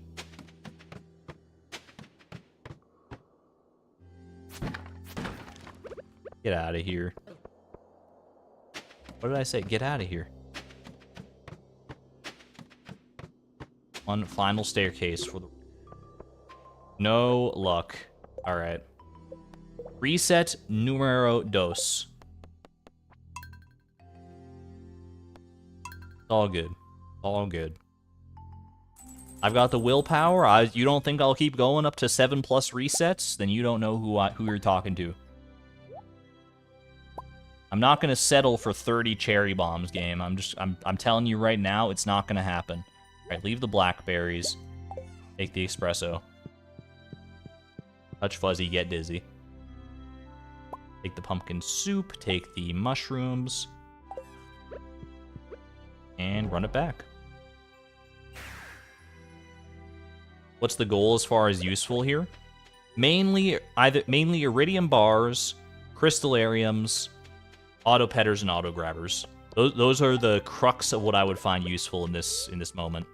Mostly the iridium bars and the crystallariums. And maybe there's other stuff that we just don't know it's useful until we find it, but cross that bridge when we come to it. What does Touch Fuzzy get dizzy from? I think it's from Yoshi's Island, right? There's like a level in that game where it's like it tells you touch fuzzy, get dizzy, because that's how the game works. So if you touch the fuzzy, you get dizzy. You like lose control of your Yoshi. I've never played Yoshi's Island, so I don't know myself, but I believe if I'm up to date on my memeology, I think that's where it's. Yoshi's Island 1-7, I knew it. I mean, I didn't know 1-7, but now that tidbit of information is gonna be locked in my brain forever. Your favorite Mario game? Really? I guess I gotta play it sometime then. If it's oh my god! You just hit me for 53 damage through a +2 defense buff and iridium and my not iridium boots, but space boots. These iridium bats are no joke, dude. Holy moly! That guy could have like one-shot me if I was like unguarded. Is that what it feels like to get hit with a critical hit? Yikes.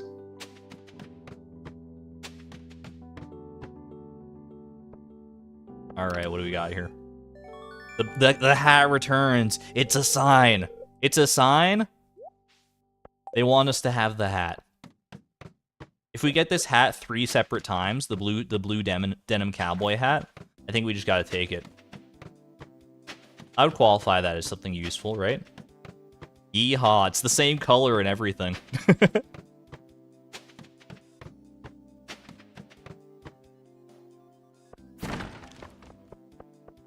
Small enough floor, we can take a little reprieve here. Short little reprieve. This is fun though. I like the Skull Cavern little loot box session that we got going on here. 5 farm warp totems. You shouldn't have. Seriously, you shouldn't have. Easy. 16 more staircases.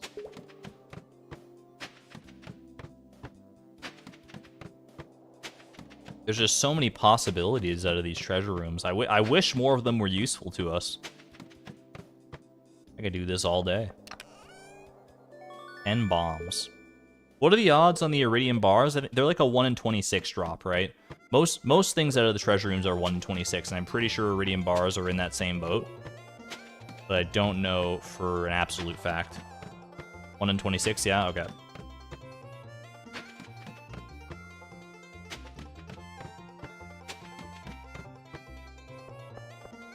Quick little scan for that freebie. Alright. Hit me with that reset. We're up to, what, 3 resets? We're still in the 3 reset bracket. I see 4 to 6 resets has made a resurgence here. But I think we're still in the 3 reset bracket right now. We're on our 3rd reset, right? Okay, we got that taken care of. There. Set up my inventory how I likes it. Just drink the coffee right now, why not? Nice little relaxing music for our next Skull Cavern dive. Star shards, bring me some luck. Combine yourselves with the resonant tones of this lovely spa music. We will have a great time together. I only brought 12 staircases. I'm a fool. This doesn't count. That's a false start. That's not a reset. That doesn't count as a reset. Chat, you can't say that counts as a reset. That's a false start. That's different from a reset. All right, put one of those away. Bring your staircases, you fool. All right. As a 1 to 3 believer, not a reset. I'm glad we're on the same page. I'm glad we're all on the same page with that one. Entirely unbiased? Absolutely. It's categorically different from a reset. Right, star shards, food, staircases, all our temporary stuff. Let's go. You proud fool. Hey Leap, how you doing? You came at a very exciting time. We're spelunking. We're spelunking for Iridium. Leap, are you gonna bring us the luck that we need? I guess we're gonna find out.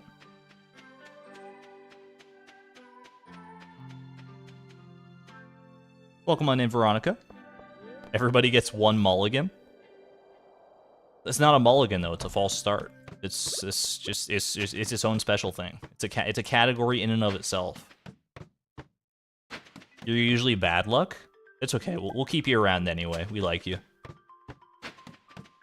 I've got the star shards to offset any bad luck that people are bringing in, so I'm totally fine with that.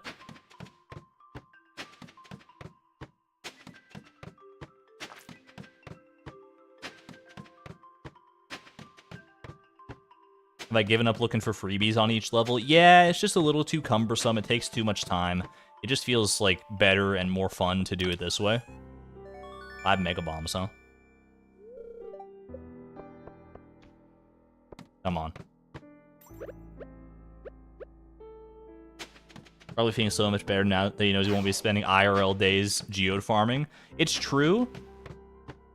That said, one thing I will say is, you know, everyone was all up in arms when I wanted to, you know, go to Skull Caverns originally during my first goal when I was befriending the dwarf, and I had my whole plan to do the slime hutch. And I was like, we could build the slime hutch, and we could get the eggs from Skull Cavern, and we could get Dwarf Scroll 3 that way and save ourselves 6 experience. And everyone was like, no, don't do it. It's gonna be such a waste of time. Don't do it. Don't do it. Look at where we are now. Are you happy? Are you all happy? I know it's apropos of nothing at all, but I just thought of that. I'm like, man, fate has a funny way of working things out, doesn't it? We're just like a couple steps removed from getting ourselves that slime hutch if we really wanted it.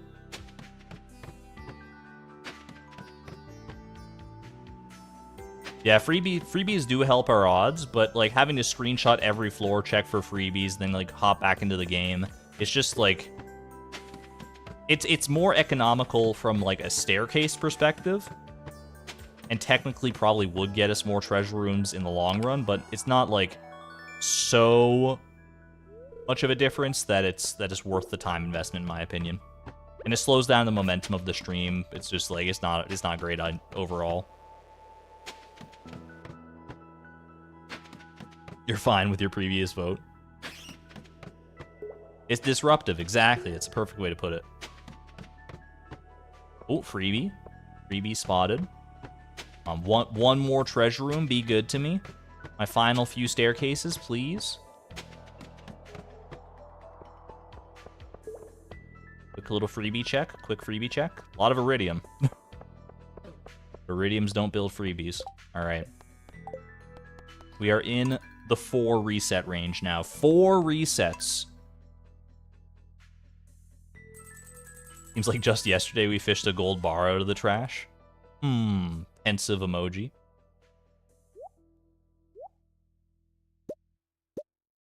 Alright. Staircases, coffee.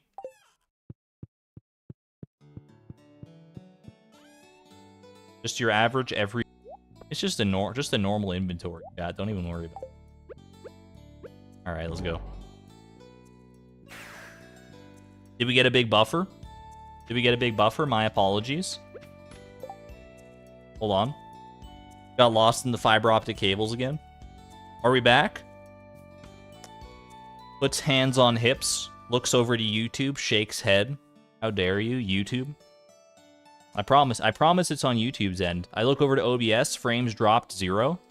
YouTube, get your act together. Come on now. It's all these people streaming Tears of the Kingdom today, probably. Fiber optic cable just can't handle all the Korok seeds.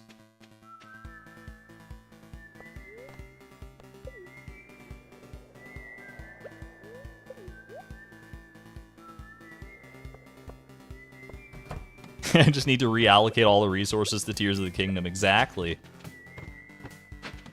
That's where all the people are right now.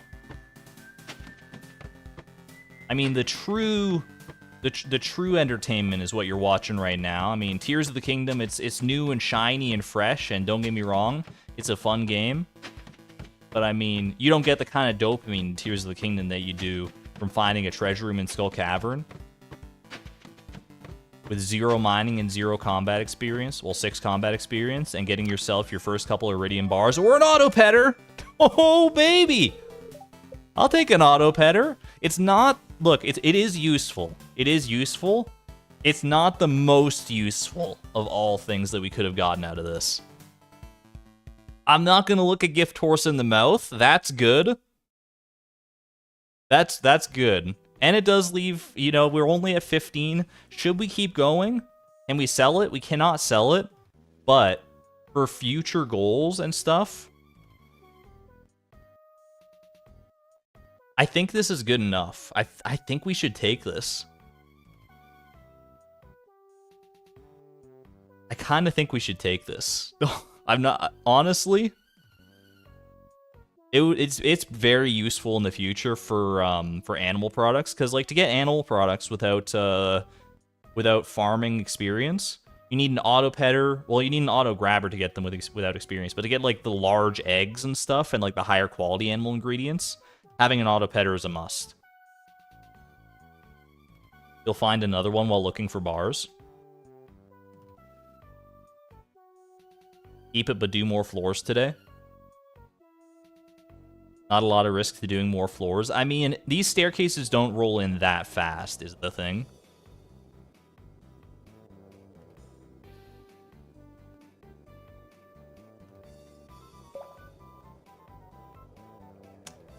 I don't know. I'm tempted to just lock that one in and take it. An auto petter. It's not that useful right now. It's not that useful right now, and I think you're right that we will probably see more of these. You vote lock in and leave. Get more. You can always come back instead of doing more floors. Dawn has a good point. You have 6 in your main. Yeah, we'll get, I mean,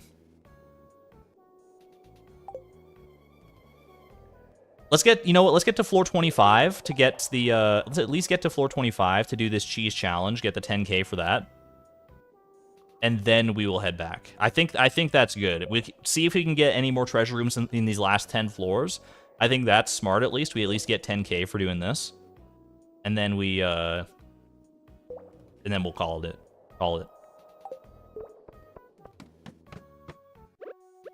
I think that's a reasonable compromise here. Why, though? 10k is 10k. Gonna be doing another dive later? Yeah, but what if that dive also doesn't make it to floor 25? Have you thought about that? Alright, but what if we kept going even further until we got another treasure room?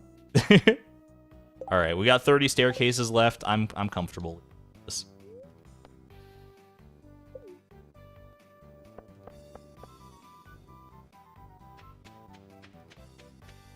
$10k is literally 1 day profit. Yeah, but like, I didn't have to work for it, basically. It's fine, it's fine. Just one more. I'm taking my auto petter and calling the day. Take me home, myself.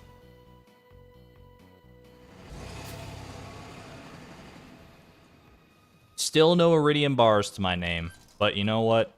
An auto petter is better than nothing. Reasonably better than nothing. Watch tomorrow be Star Drop Luck Day. Of course, that would be the way it goes, wouldn't it? All right. Auto petter for now. Just pet the bear. Look at that bear. He's so happy. I swear I saw the smile on that bear's face move up a single pixel when we put the autopetter next to him. Run the tape back. Double check it. All right. Grab all our usual fare here. Got the common mushrooms. I'll take my last blackberries just to finish them off. Let's get the inventory set up nicely, the way I like it. Something like this. I think it was like that. I don't remember. These are kind of interchangeable, honestly. Star shards. We got our blackberries, common mushrooms, locked in.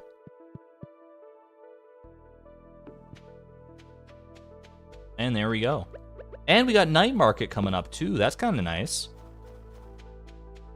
Wait, I should bring something. I need to bring things for the night market. Hold on a second.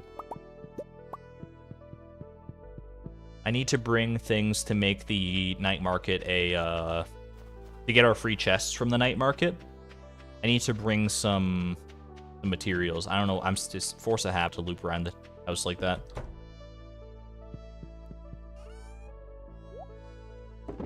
What should I... Because I need to bring something... I think actually the auto-petter...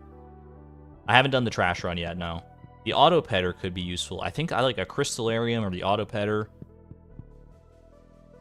I can just buy things from the shop next to the sub. Yeah, but I've already got things here. I think the auto-petter works. And I think this works as well.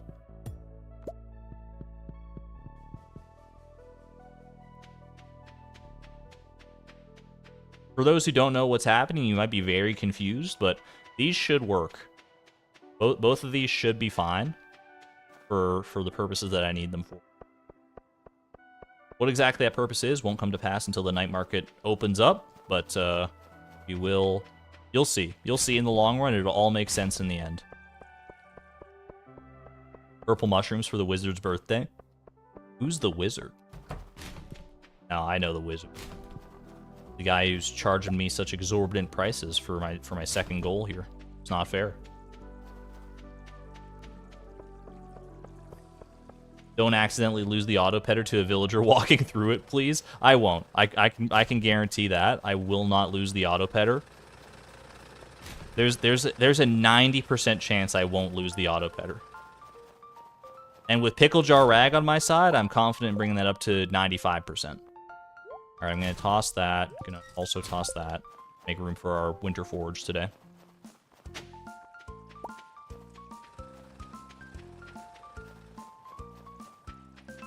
You think you know? You don't like those odds? 95%? If you click a move in Pokemon that's 95% accurate, you expect it to hit every single time. And pretty much every time it does. Alright, can I put these down? I actually don't know if I can put the auto-petter down where I need it, but it'll be fine. For now, we just gotta wait for the night market to open. We'll figure out the rest from there. For now, let's just go ahead and do our daily grind here.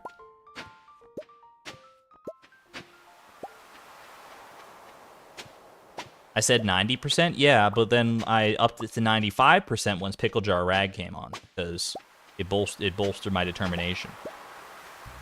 My word of the year is confidence, don't forget. So I'm building my confidence slowly over time. 1, 2, 3, 1, 2, right there. Perfect. Oh, my speed buff has just died. I feel all lethargic now. I forgot how bad it felt to be slow.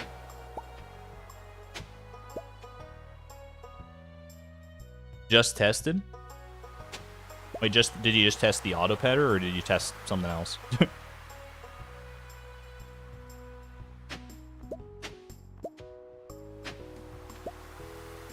If I can't sell the Forge, why am I farming for it? We have lifted the embargo on being able to sell at shops, so I can sell the Forge directly to Pierre's now. It's just better overall for the health of the challenge to open the door to moneymakers like this. Adds more variety, makes it less of a grind to get insane amounts of money like you need for the current goal that we're working on.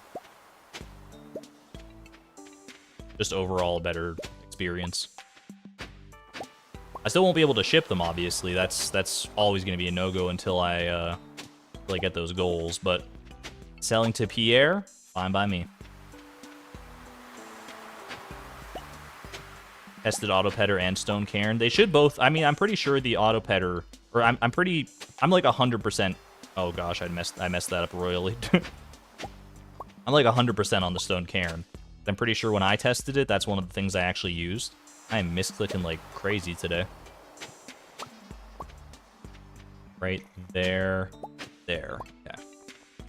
Getting a little back on track now.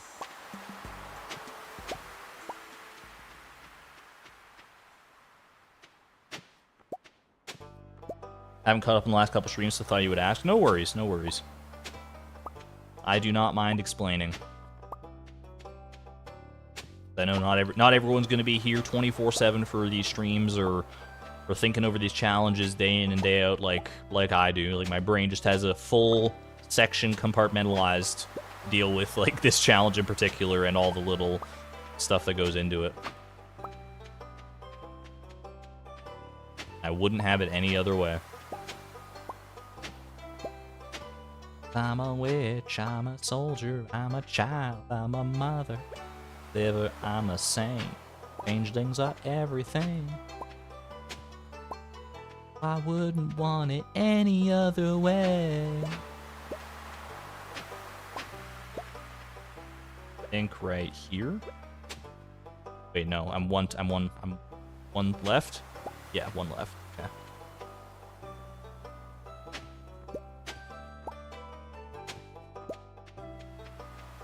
Yeah, energy-wise, I should probably eat.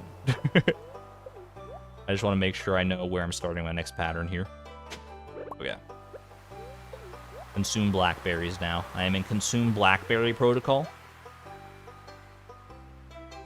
This is an interesting version of the song. It's a Magic the Gathering parody of it. I didn't come up with it, but that's MTG Remy for you.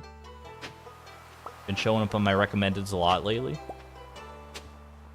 That's 6 right there.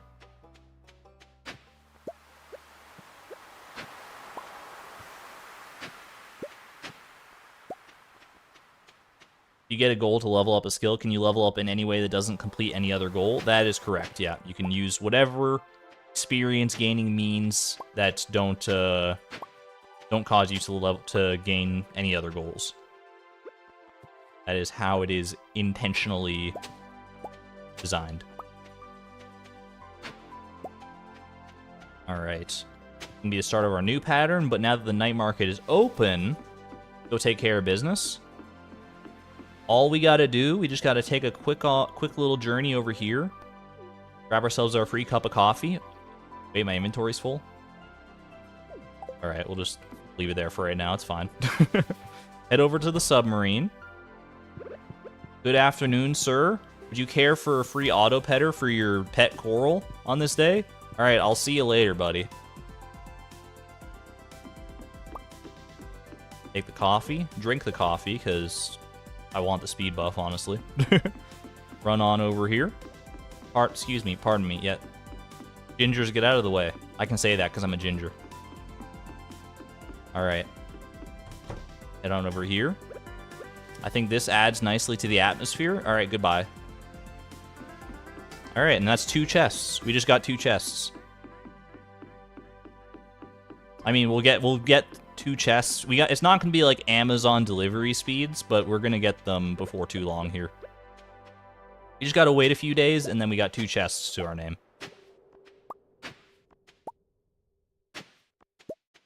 Not quite what you thought? It's similar in concept, right? Probably.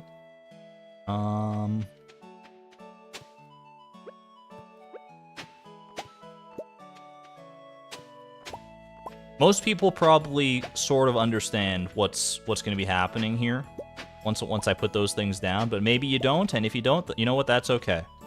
Okay? You don't need to understand it right now. Just know that what we have done has ensured 2 more chests for us in the very near future. We can do that basically once a year.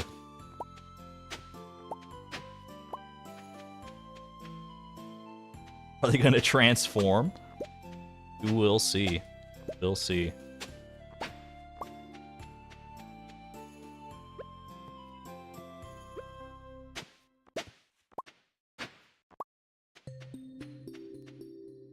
For the time being, we're just gonna go ahead and focus on our winter foraging efforts and just let the furniture do what it does best. Two chests a year are gonna be chest millionaires in no time. I mean, I haven't been wanting for storage space all that much so far. I mean, these two chests are probably going to be, you know, relatively empty for the foreseeable future. Depends on how our next goals go, I suppose. For all I know, our next few goals are just going to open up the, like, whole, like, rest of the game to us, and then we'll have, like, so many different options for things to do, and we'll be able to use those chests to the maximum efficacy. I say that's wishful thinking, and I would tend to agree, but, you know, exclamation point optimism and all. 2 right. 2, 1, 2. Counting with Argon, everyone's favorite stream activity. Favorite recurring stream segment, counting with Argon, because it's the only recurring stream segment. There.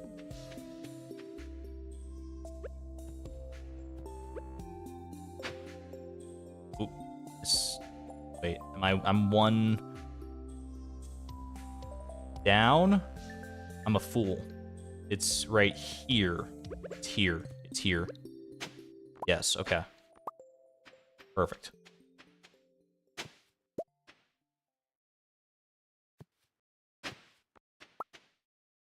Either way, we're almost done with the pattern here anyway, so I'm just gonna go ahead and let that ride.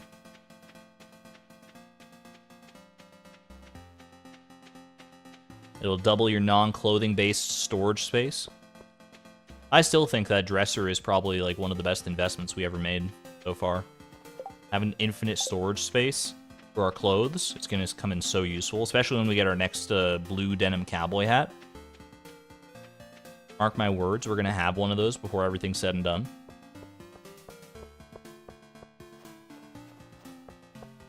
Nails biting while Argon takes unnecessary chances has been a recurring thing. What do you mean unnecessary chances? I don't take risks. I'm very safe and very cautious and very deliberate in all that I do here. I don't know what you're talking about. I would never risk something for a joke or a bit or anything like that. That's not me. That's not me.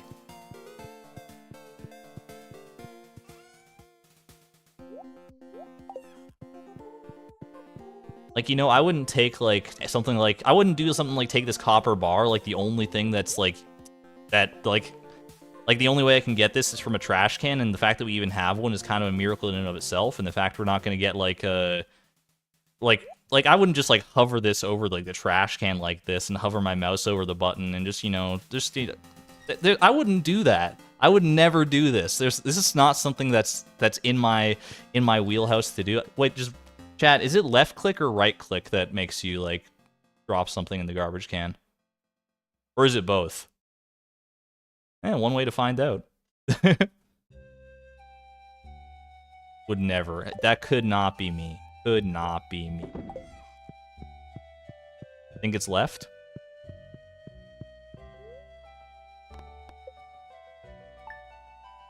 You can get up to 4 chests per year. Is that if I fill fill those spaces with like 30, like more than 36 things each? So that we get like a full chest every year? I'm speaking in code, but not really. The people who don't know what's going on, I'm speaking in code a little bit, but... Chocolate cake. Literally crying right now. Can't fill the mermaid boat. That's what I thought. You can't fill the mermaid boat. I guess the submarine ride has enough space to like maybe fill... Yeah, that's what I thought. That's what I thought. What was I looking for? Nothing. I'm not that concerned about the daily luck right now, because I want to get more staircases before we make another dive into Skull Cavern anyway. So we'll just go ahead and move on with our lives here. You did it. I'm very impressed. Enjoy your reward. Hey, you know what? That feels good. That feels good. It might be, you know, it might be less than we get on the average day of winter forage farming, but 10,000 gold is 10,000 gold.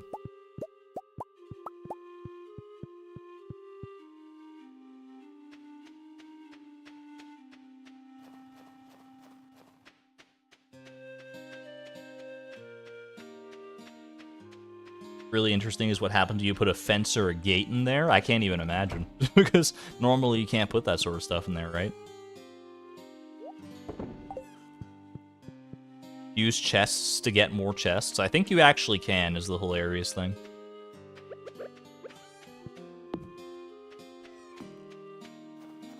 Don't sleep on the torch, Pie!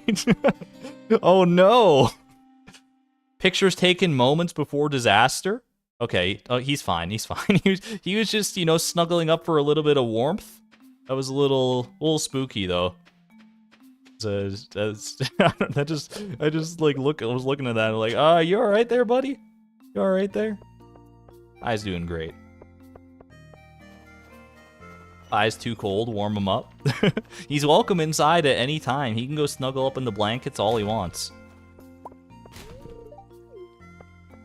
Uses little buttons. Need the comforter.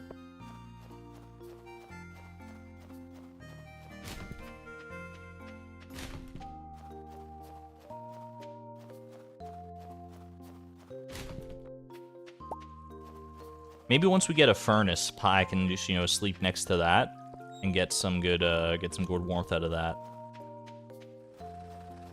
I think he'll enjoy that very muchly. Hint, hint game.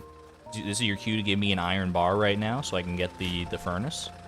Please. Please.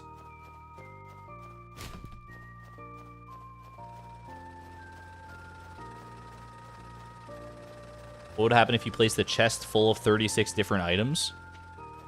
Couldn't tell you, honestly. I haven't tested that one.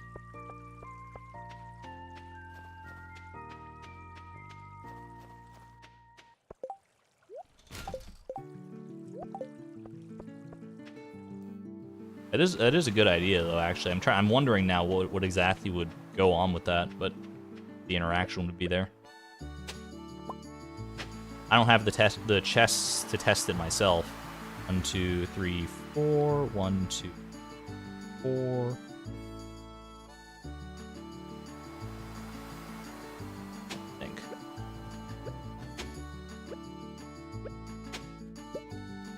2, 3, 5, and 6. We're in business, baby.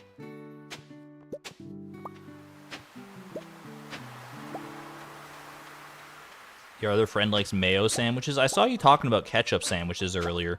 I did not weigh in because I was like, I've already confessed that I've eaten a mayo sandwich before, like 2 pieces of bread with just a bunch of mayonnaise in between. Would not recommend, by the way. 1, 2, 3, right here.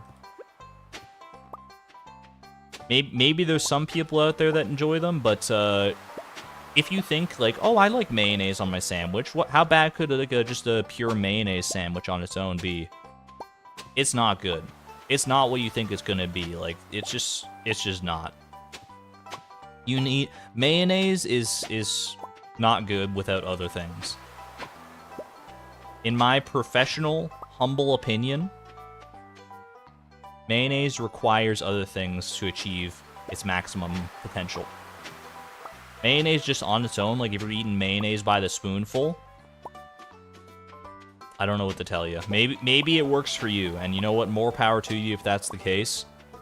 Could not be me. You'd never catch me at 3 a.m., jar of mayonnaise in one hand, big metal spoon in the other.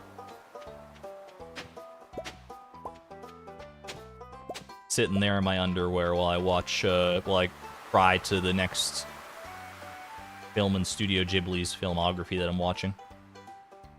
Okay, 1, 2, right here.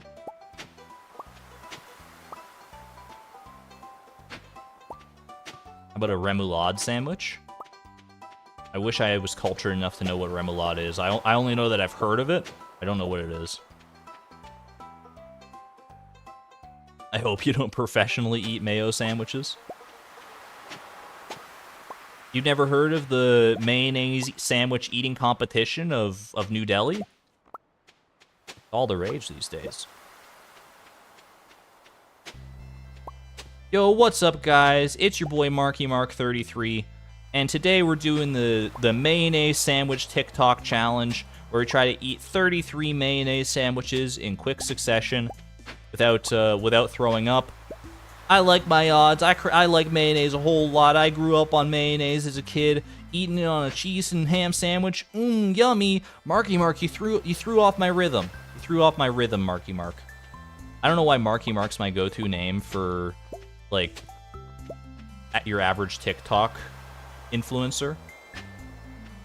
It's just a persona I came up with, like, on the spot one time.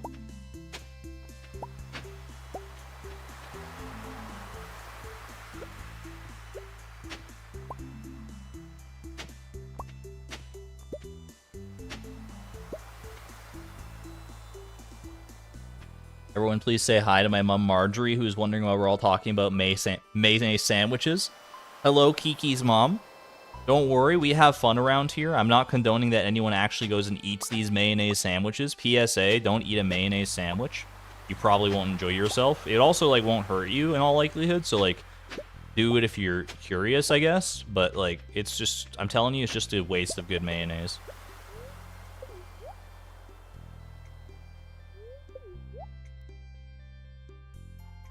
I said numbers while you were counting crochet stitches. I'm sorry. You should have muted the stream. I mean, I hate to blame you, but that one's we got to take some shared blame for that one. I am also doing an activity that requires counting, so it's you know, you got to know the hazards. Got to know the hazards of the workplace. Mayo on toast sounds okay. I'm sorry, I don't agree.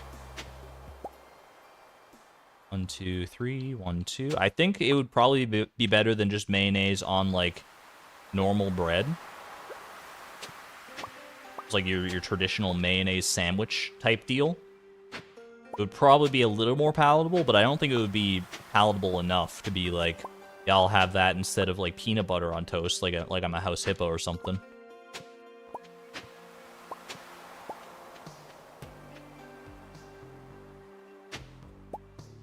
Just ran out of mayo like an hour ago, otherwise I would go get a mayonnaise sandwich right now. I mean, what's stopping you? You can just go pick up a fresh jar of mayo from the store. I mean, maybe you live far away from the store. That's the only acceptable excuse, is if you live a sufficient distance away from your grocery store. Otherwise, I expect to hear about your mayonnaise sandwich endeavors within the hour. If you're making bold claims like that, Bill would not recommend anyone actually goes and seeks it out. But if you're going to, I mean, put your money where your mayo is. Put your mayo where your mouth is.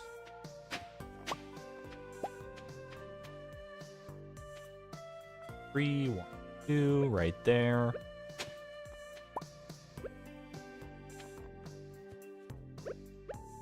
Yes. Perfect. Alright, I'll finish off my last few blackberries here. Salt would be a nightmare. A salt sandwich or, like, salt on the mayonnaise sandwich? Either way, I think you're absolutely correct. Would you rather... Let's play a quick game of Would You Rather. Would you rather eat a sandwich of just mayonnaise or eat a sandwich of just salt?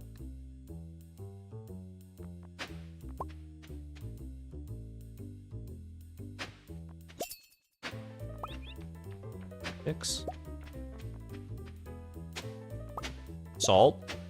I'm with you. I feel like the salt sandwich, I feel I wouldn't enjoy the experience. Like, I would want to have a drink on hand if possible.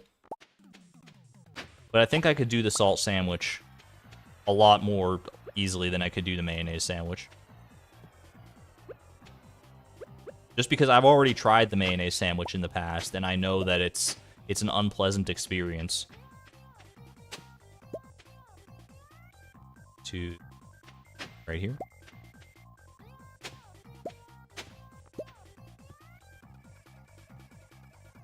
Right there.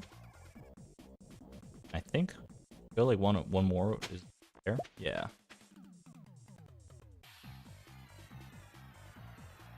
Right there. Getting a little lost here, honestly. Doing alright. We're doing alright. We're still keeping up the pattern for a little bit here. Once we finish off this pattern, we should be good to go, though. There, I want to say. Alright, I'm gonna go ahead and take that. I'll lock that in. Can I eat the plain bread? I mean, the plain bread. That's not even in the contest. I like plain bread. By the way, to those who are wondering what's happening, how are we possibly getting chests? Let me show you. Let me show you. We're gonna go into the submarine right now, and the autopetter's still there. Can you believe it? Can you believe it? We just gotta wait a couple more days. It's fine. Don't worry about it. Depends on the bread. I don't think there's any bread that I've tried that I wouldn't enjoy eating just like a plain slice of, honestly. Some of it is like, you know, maybe enjoy is a strong word, but I can't think of one that I would actively dislike. Some I would enjoy more than others, for sure, like a good piece of sourdough bread on its own. Ooh, got such a strong flavor profile. Am I the only one who thinks that either one sounds fine? The salt sandwich or the mayonnaise sandwich? Colleen, I mean, you've got a very unique palate, is how I'm gonna say that. You hate sourdough? I'll have your sourdough, Lisa. If you don't want yours, it's my favorite type of bread. It is by far the best type of bread in my opinion, and it's like not even close.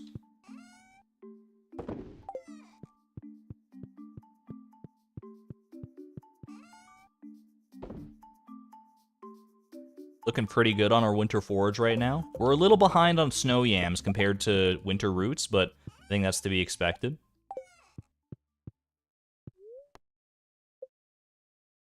Do one more. You not tried cornbread? Cornbread, I think I have tried. I don't think I'm that big of a fan of it, though. One of those breads, it's like... Is cornbread kind of like banana bread? In that it's like a bread that you like can just eat on its own and it's like totally fine. It's like it's more designed to even be eaten on its own. Like you're not making a sandwich out of banana bread. Is cornbread kind of in that same boat?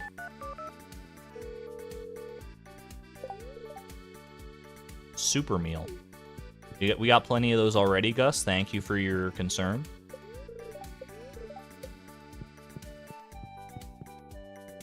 Cornbread desperately needs butter or something. I mean, I tend to put butter on my banana bread as well, but that's maybe just me. I think banana bread doesn't need the butter. I just think it benefits greatly from the butter. You can't make a sandwich out of cornbread? I mean, you can, literally. You just probably shouldn't, right? Like it's probably just not meant to be. You can make a sandwich out of like anything, though. You like put like 2 pieces of like tissue paper around a slice of bologna. I would call that a sandwich. I probably wouldn't eat it. Well, maybe I'd try like a bite, but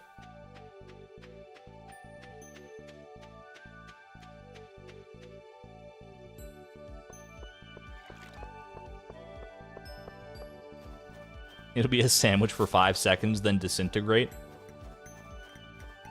Schrodinger's sandwich. Best kind of sandwich. The one that you have to savor because it doesn't last very long. Opinions on rye bread? I got nothing wrong with rye bread. In fact, I would say rye bread is in the upper echelon of bread for me. I mean, my go-to bread is just like your traditional whole wheat. I never really go for like just like plain white bread because it like freaks me out a little bit. I couldn't tell you why. There's just something off-putting about white bread. I don't know what it is. It's like feels like I'm like eating bleach or something. It tastes like fine, honestly, but it's like I don't know. It's that, since I'm so used to like whole wheat bread and like bread with like grains and stuff, The white bread, like, it just puts me off. It puts me off kilter, and I don't like it. I would classify, if there's one word I would classify white bread with, it would be antagonistic. I find white bread to be very antagonistic.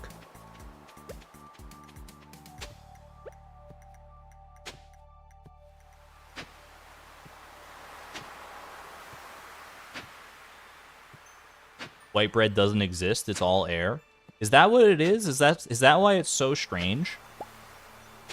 It's really popular though, like so many people that I know like go for white bread over the whole wheat bread every single time. Like people love their Wonder bread. Their Wonder white bread. As a German, you don't like white bread either. I'm glad that I'm not alone on this front. I will die on this hill. 1, 2, 3.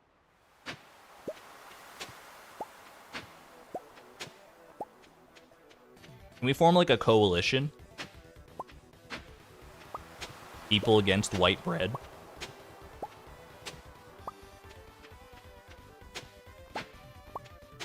You know what? I probably wouldn't go that far. I don't think I'm like against white bread.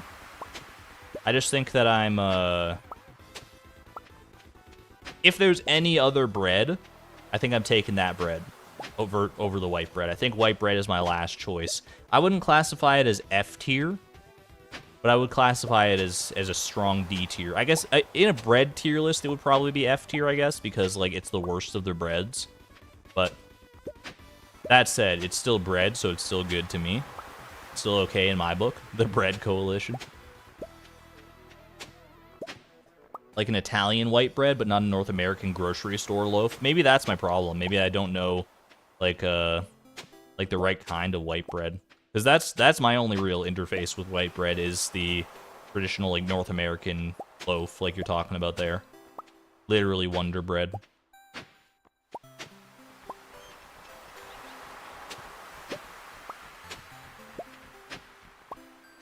Chat, what came first, the Wonder bread or the Wonder bra? And are they from the same company? Because, I mean, the names, you can't deny the similarity in the names. Not only do they both use the word wonder, but then they both start with BR, like the br sound. There's got to be some kind of trademark issue there. The bread and no? What do you mean? What do you mean no? You telling me the same company can't produce breads and bras? I don't see a problem.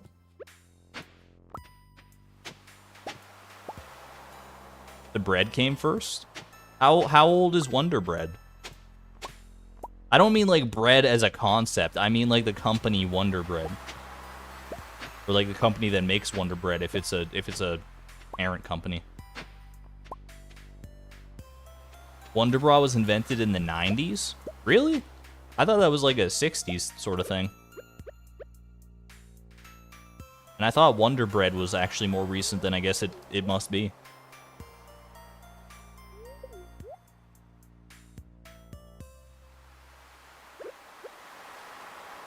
Hey, the more you know, I guess. More you know.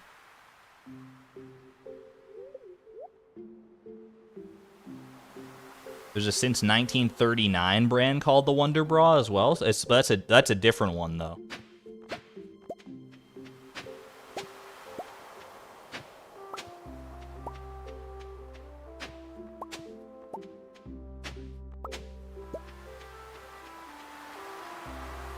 I'm just looking to learn. I'm just looking to learn. That's all it is.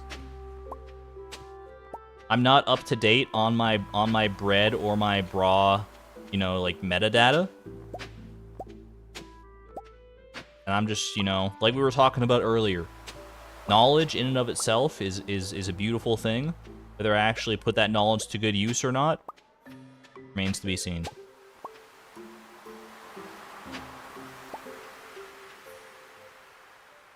Welcome on in, Constick. What did I miss since you were teasing about the secret chest stuff? We've basically just been... hold on a second. I'm lost now. I've gotten lost. I think it's here. I want to say it's here. Yeah, okay, we're good. We've basically just been tilling more stuff and waiting for the night market to be done in order to make some magic happen here. Hold on a second. I think I got stuff here. It's like, yeah, 2, 4, 5.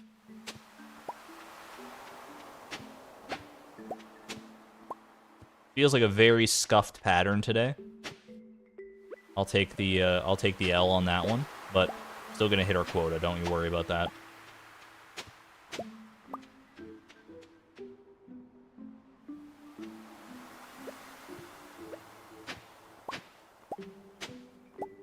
I guess I am almost at the end of like a 4-hour-long stream so far here, so it's no surprise. And pretty much most of that stream has been what you're watching right now. It's not a surprise that my brain might be a little fried on these patterns. That said, they're more locked in there than ever now. I can do this in my sleep just about at this point.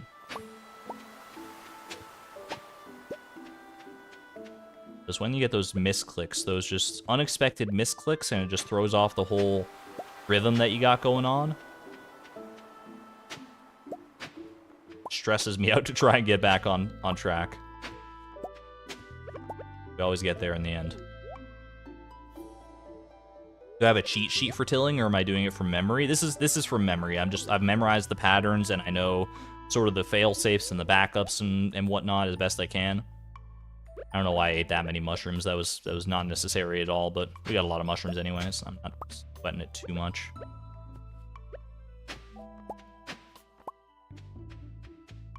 Like, it looks way more complicated than it realistically is. At the end of the day, it's literally just like math, counting.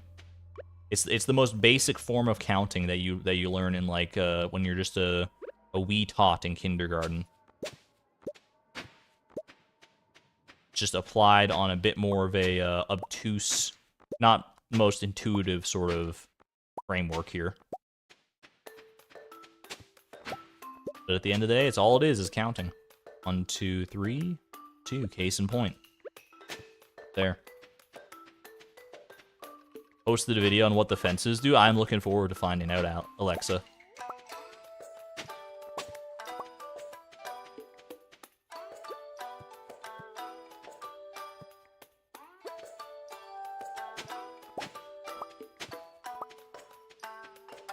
I'm trying to even fathom what they would do that would be of interest.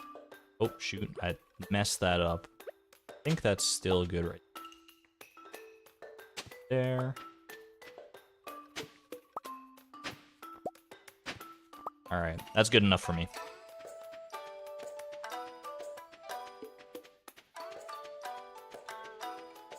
Alright, tomorrow, chat. Tomorrow is when the magic happens. This is when our auto-petter is gonna come home to roost. We're not getting much use of it as an auto-petter right now, but tomorrow we're gonna see. I don't know. I'm just excited. I'm excited. The auto-petter and the stone cairn. A great marriage of our two first goals here. The auto-petter in service of the desert obelisk, kind of, sort of, at least symbolically. And the stone cairn, a symbol of our friendship with our homie. Get some homies in chat for the stone cairn. Doing the work to get ourselves our first couple chests here. I'm looking forward to it.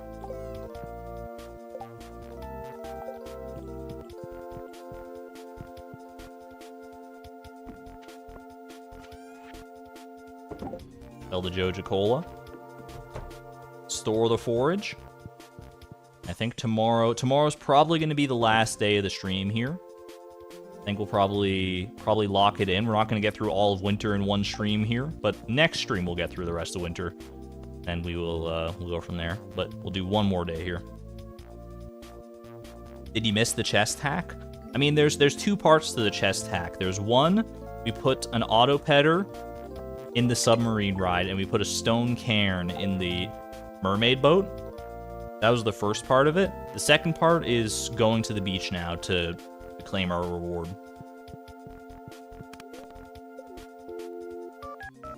If you would have told me 4 months ago that I would now be watching some dude manipulate RNG to get weird winter plants in a game I knew nothing about, I wouldn't believe you. It's weird how It's weird how time works like that, Constick. I'm happy to have you here, though. I'm happy that you found your way to our community and that you're enjoying yourself. Presumably, anyway. I don't want to assume, but I'm glad that you're here.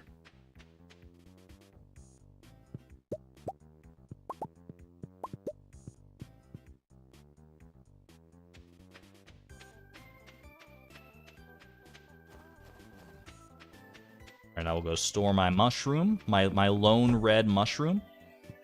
Oh, chat, it's winter 18th as well. You know what that means? It means that we get our mail for the Feast of the Winter Star. Who is our secret friend this year going to be?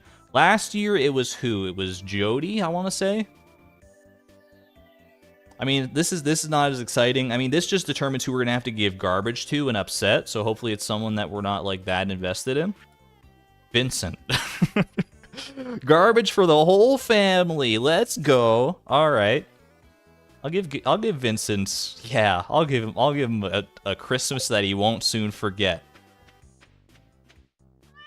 More exciting is when we actually get to the feast itself and see what we can get from that. Or Vincent.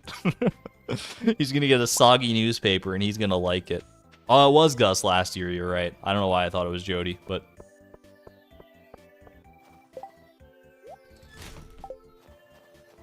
I gave Gus mixed seeds, that's right, yeah, to put on his... He could use mixed seed in a recipe or something. Give the child the trash bad. I'll give... You know what? Why don't we go full Krampus on him and just give him a lump of coal? There's no shot that Vincent likes coal, right?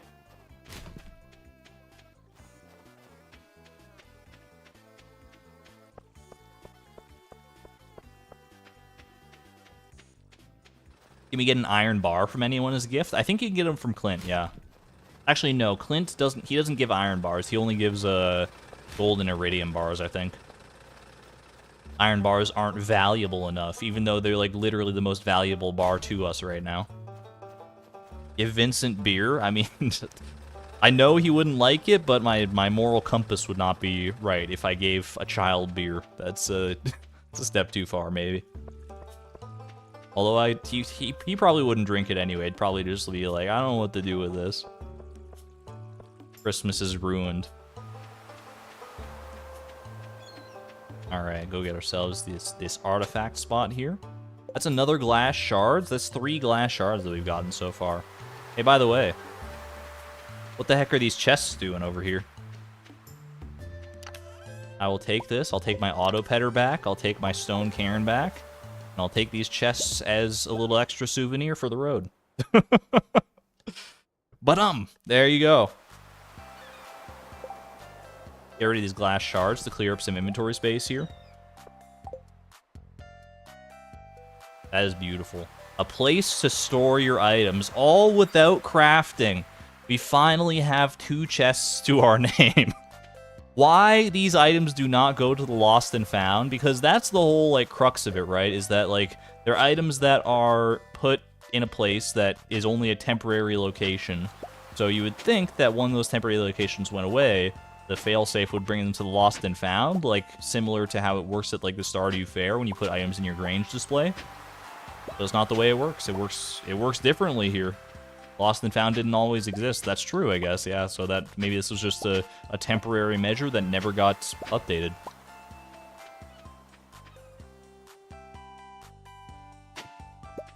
But I'm happy for it. Whatever the reason may be that this works the way it does, we now have ourselves 2 chests. I am happy.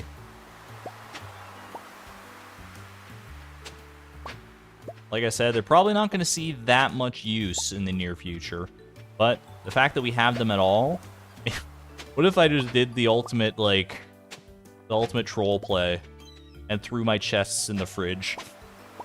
I mean, I don't really need them right now. Why not just throw them in the fridge where they're out of the way?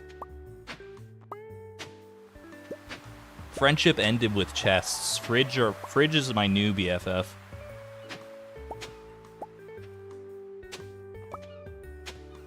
If you place too much furniture and fills one whole chest, does that mean another chest will spawn? Indeed. Yep.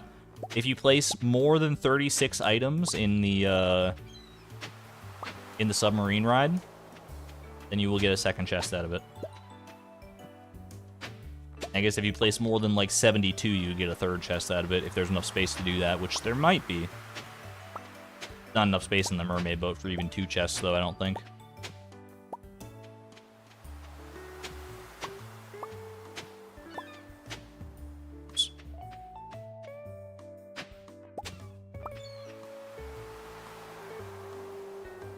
If you aggressively decorate the sub, you can get 3 from it alone. Who knew that decorating could come in handy after all? Because at least that's the reason that this particular piece of information came to my notice, is that someone left a comment saying that they were like decorating the valley, and then when they decorated like the night market areas, they didn't realize that that would happen. And that's how they found it, and that's how it got to me. So by extension.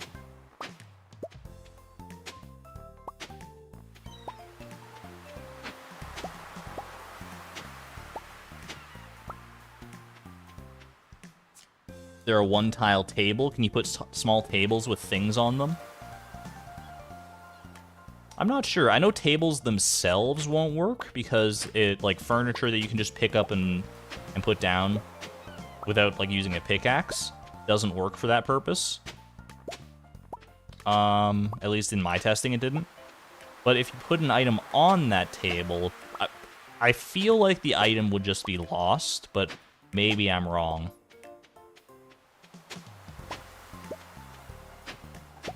Another potential interaction to look into, though, for sure.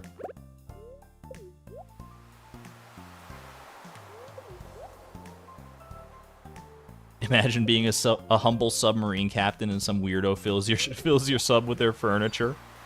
Yeah, I'm just gonna move in here for a few days. You don't mind, right? Turns out he do mind. He minds very much. At least, you know, they pack away your furniture nice and neatly for you. And you get free chests out of the deal.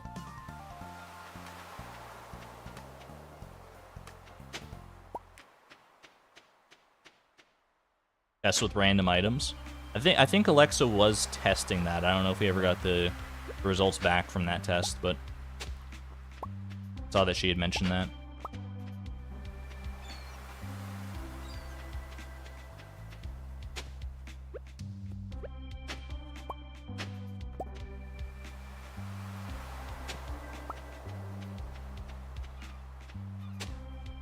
You just dump it all on the beach. I mean, I think that would be the average person's expectation. If it was like if it was, you know, in real life, absolutely. Someone just like dumps all their like old furniture in your sub, expecting you to pack it up neatly for them so you can get like a free suitcase out of the deal or something. I think you're going to be sorely upset when you just go out to the beach the next day and find that your lovely new sofa has been left and the tide is high.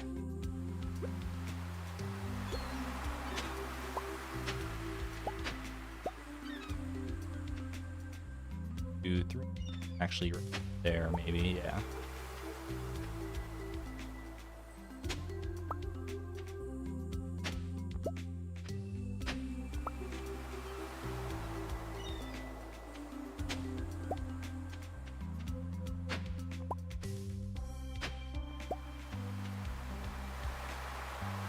Donate it to the local thrift store? Exactly. If they're just leaving their furniture in your domicile, at that point, as far as I'm concerned, it's your furniture. Does it possession is 9/10 of the law? I don't know if that's actually true. In fact, I'm certain that it's probably not in most cases, but it is. There's a reason it's a saying, I suppose.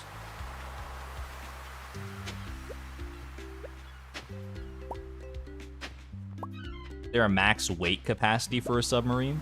Here, someone might sink the boat. That's, you know what? That's actually a good point. I've never considered that, what a weight capacity for a submarine might be like. If there probably is. They're probably weighted for a certain amount that you don't want to exceed. But what exactly would happen if you do exceed that weight? I'm trying to think, like, rationally what would happen. Like, would it just, like... Because, like, they're meant to submerge. Would it just not be able to come back up, I guess? It wouldn't have the power to, it wouldn't be buoyant enough to return to the surface?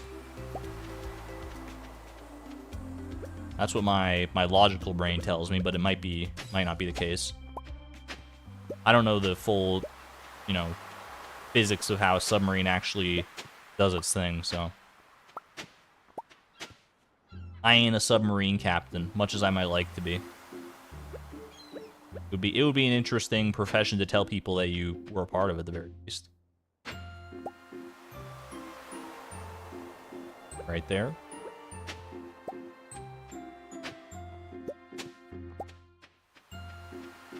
More difficult to ascend, yeah. That's probably the long and the short of it, I would guess. All right. We've got our daily supply of winter forage. We've got our goodies back. We did not lose our auto petter, thankfully. That would have been the greatest tragedy ever told. Man gets an auto petter from the rare chance of the Skull Cavern treasure rooms.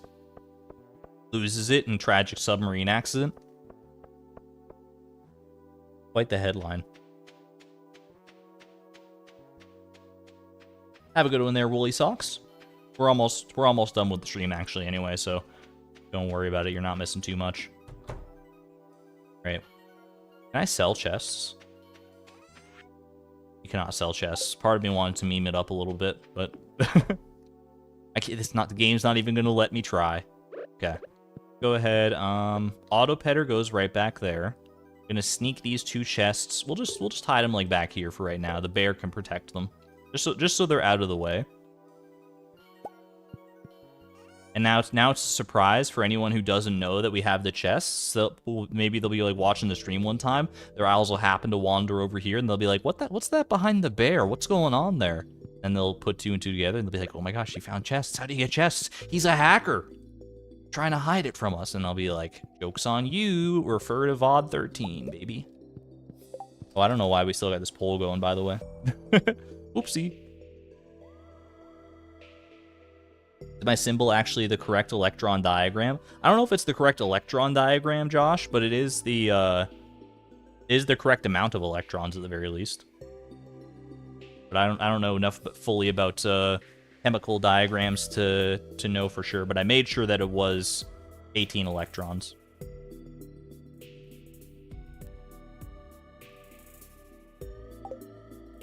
And they're in the right, they're in the right electron levels. Their shells are in the right place. Look at that. Almost 2 full stacks of winter forage, Wintertubers, snow yams. Looking good. If nothing else, this would be a great food source. I'm not gonna lie, but we got bigger plans for this. We got much bigger plans for that. Can't really draw an accurate diagram of electrons. That's very true. But we can try. Exclamation point optimism. Either way, I am gonna go ahead and head out. I think that was a fun, productive stream. We got ourselves an auto petter, we got ourselves a couple chests, and we got ourselves a whole lot of money waiting in reserve. It might not look like it right now, but we are pretty stinking rich at this moment. We just have to take a quick jaunt over to Pierre's and thank our lucky stars that the economy doesn't work like the way it does in real life. Either way. Hope you all had a fun time here. If you did enjoy the stream, please feel free to leave a like down below. If you didn't, also leave a dislike. I'm always happy to know your feedback. And subscribe if you want to be notified next time I go live, which should be, I'm not sure if it'll be Monday or Tuesday next week, but it'll be one of those 2 days. So I'll post the stream schedule on Sunday as per usual. Looking forward to it. We'll finish off winter with aplomb and see how much money we can make. I think we're well on our way to getting the 500k that we wanted to by the end of the year. Haven't done the exact math, but feeling pretty confident. Either way, looking forward to it next time. Have a great weekend, everybody. I will see you all on the flip side. Leave you off with the fan art compilation as per usual. This is Argon Matrix signing on out. Thank you and have a great night, everybody. Bye-bye.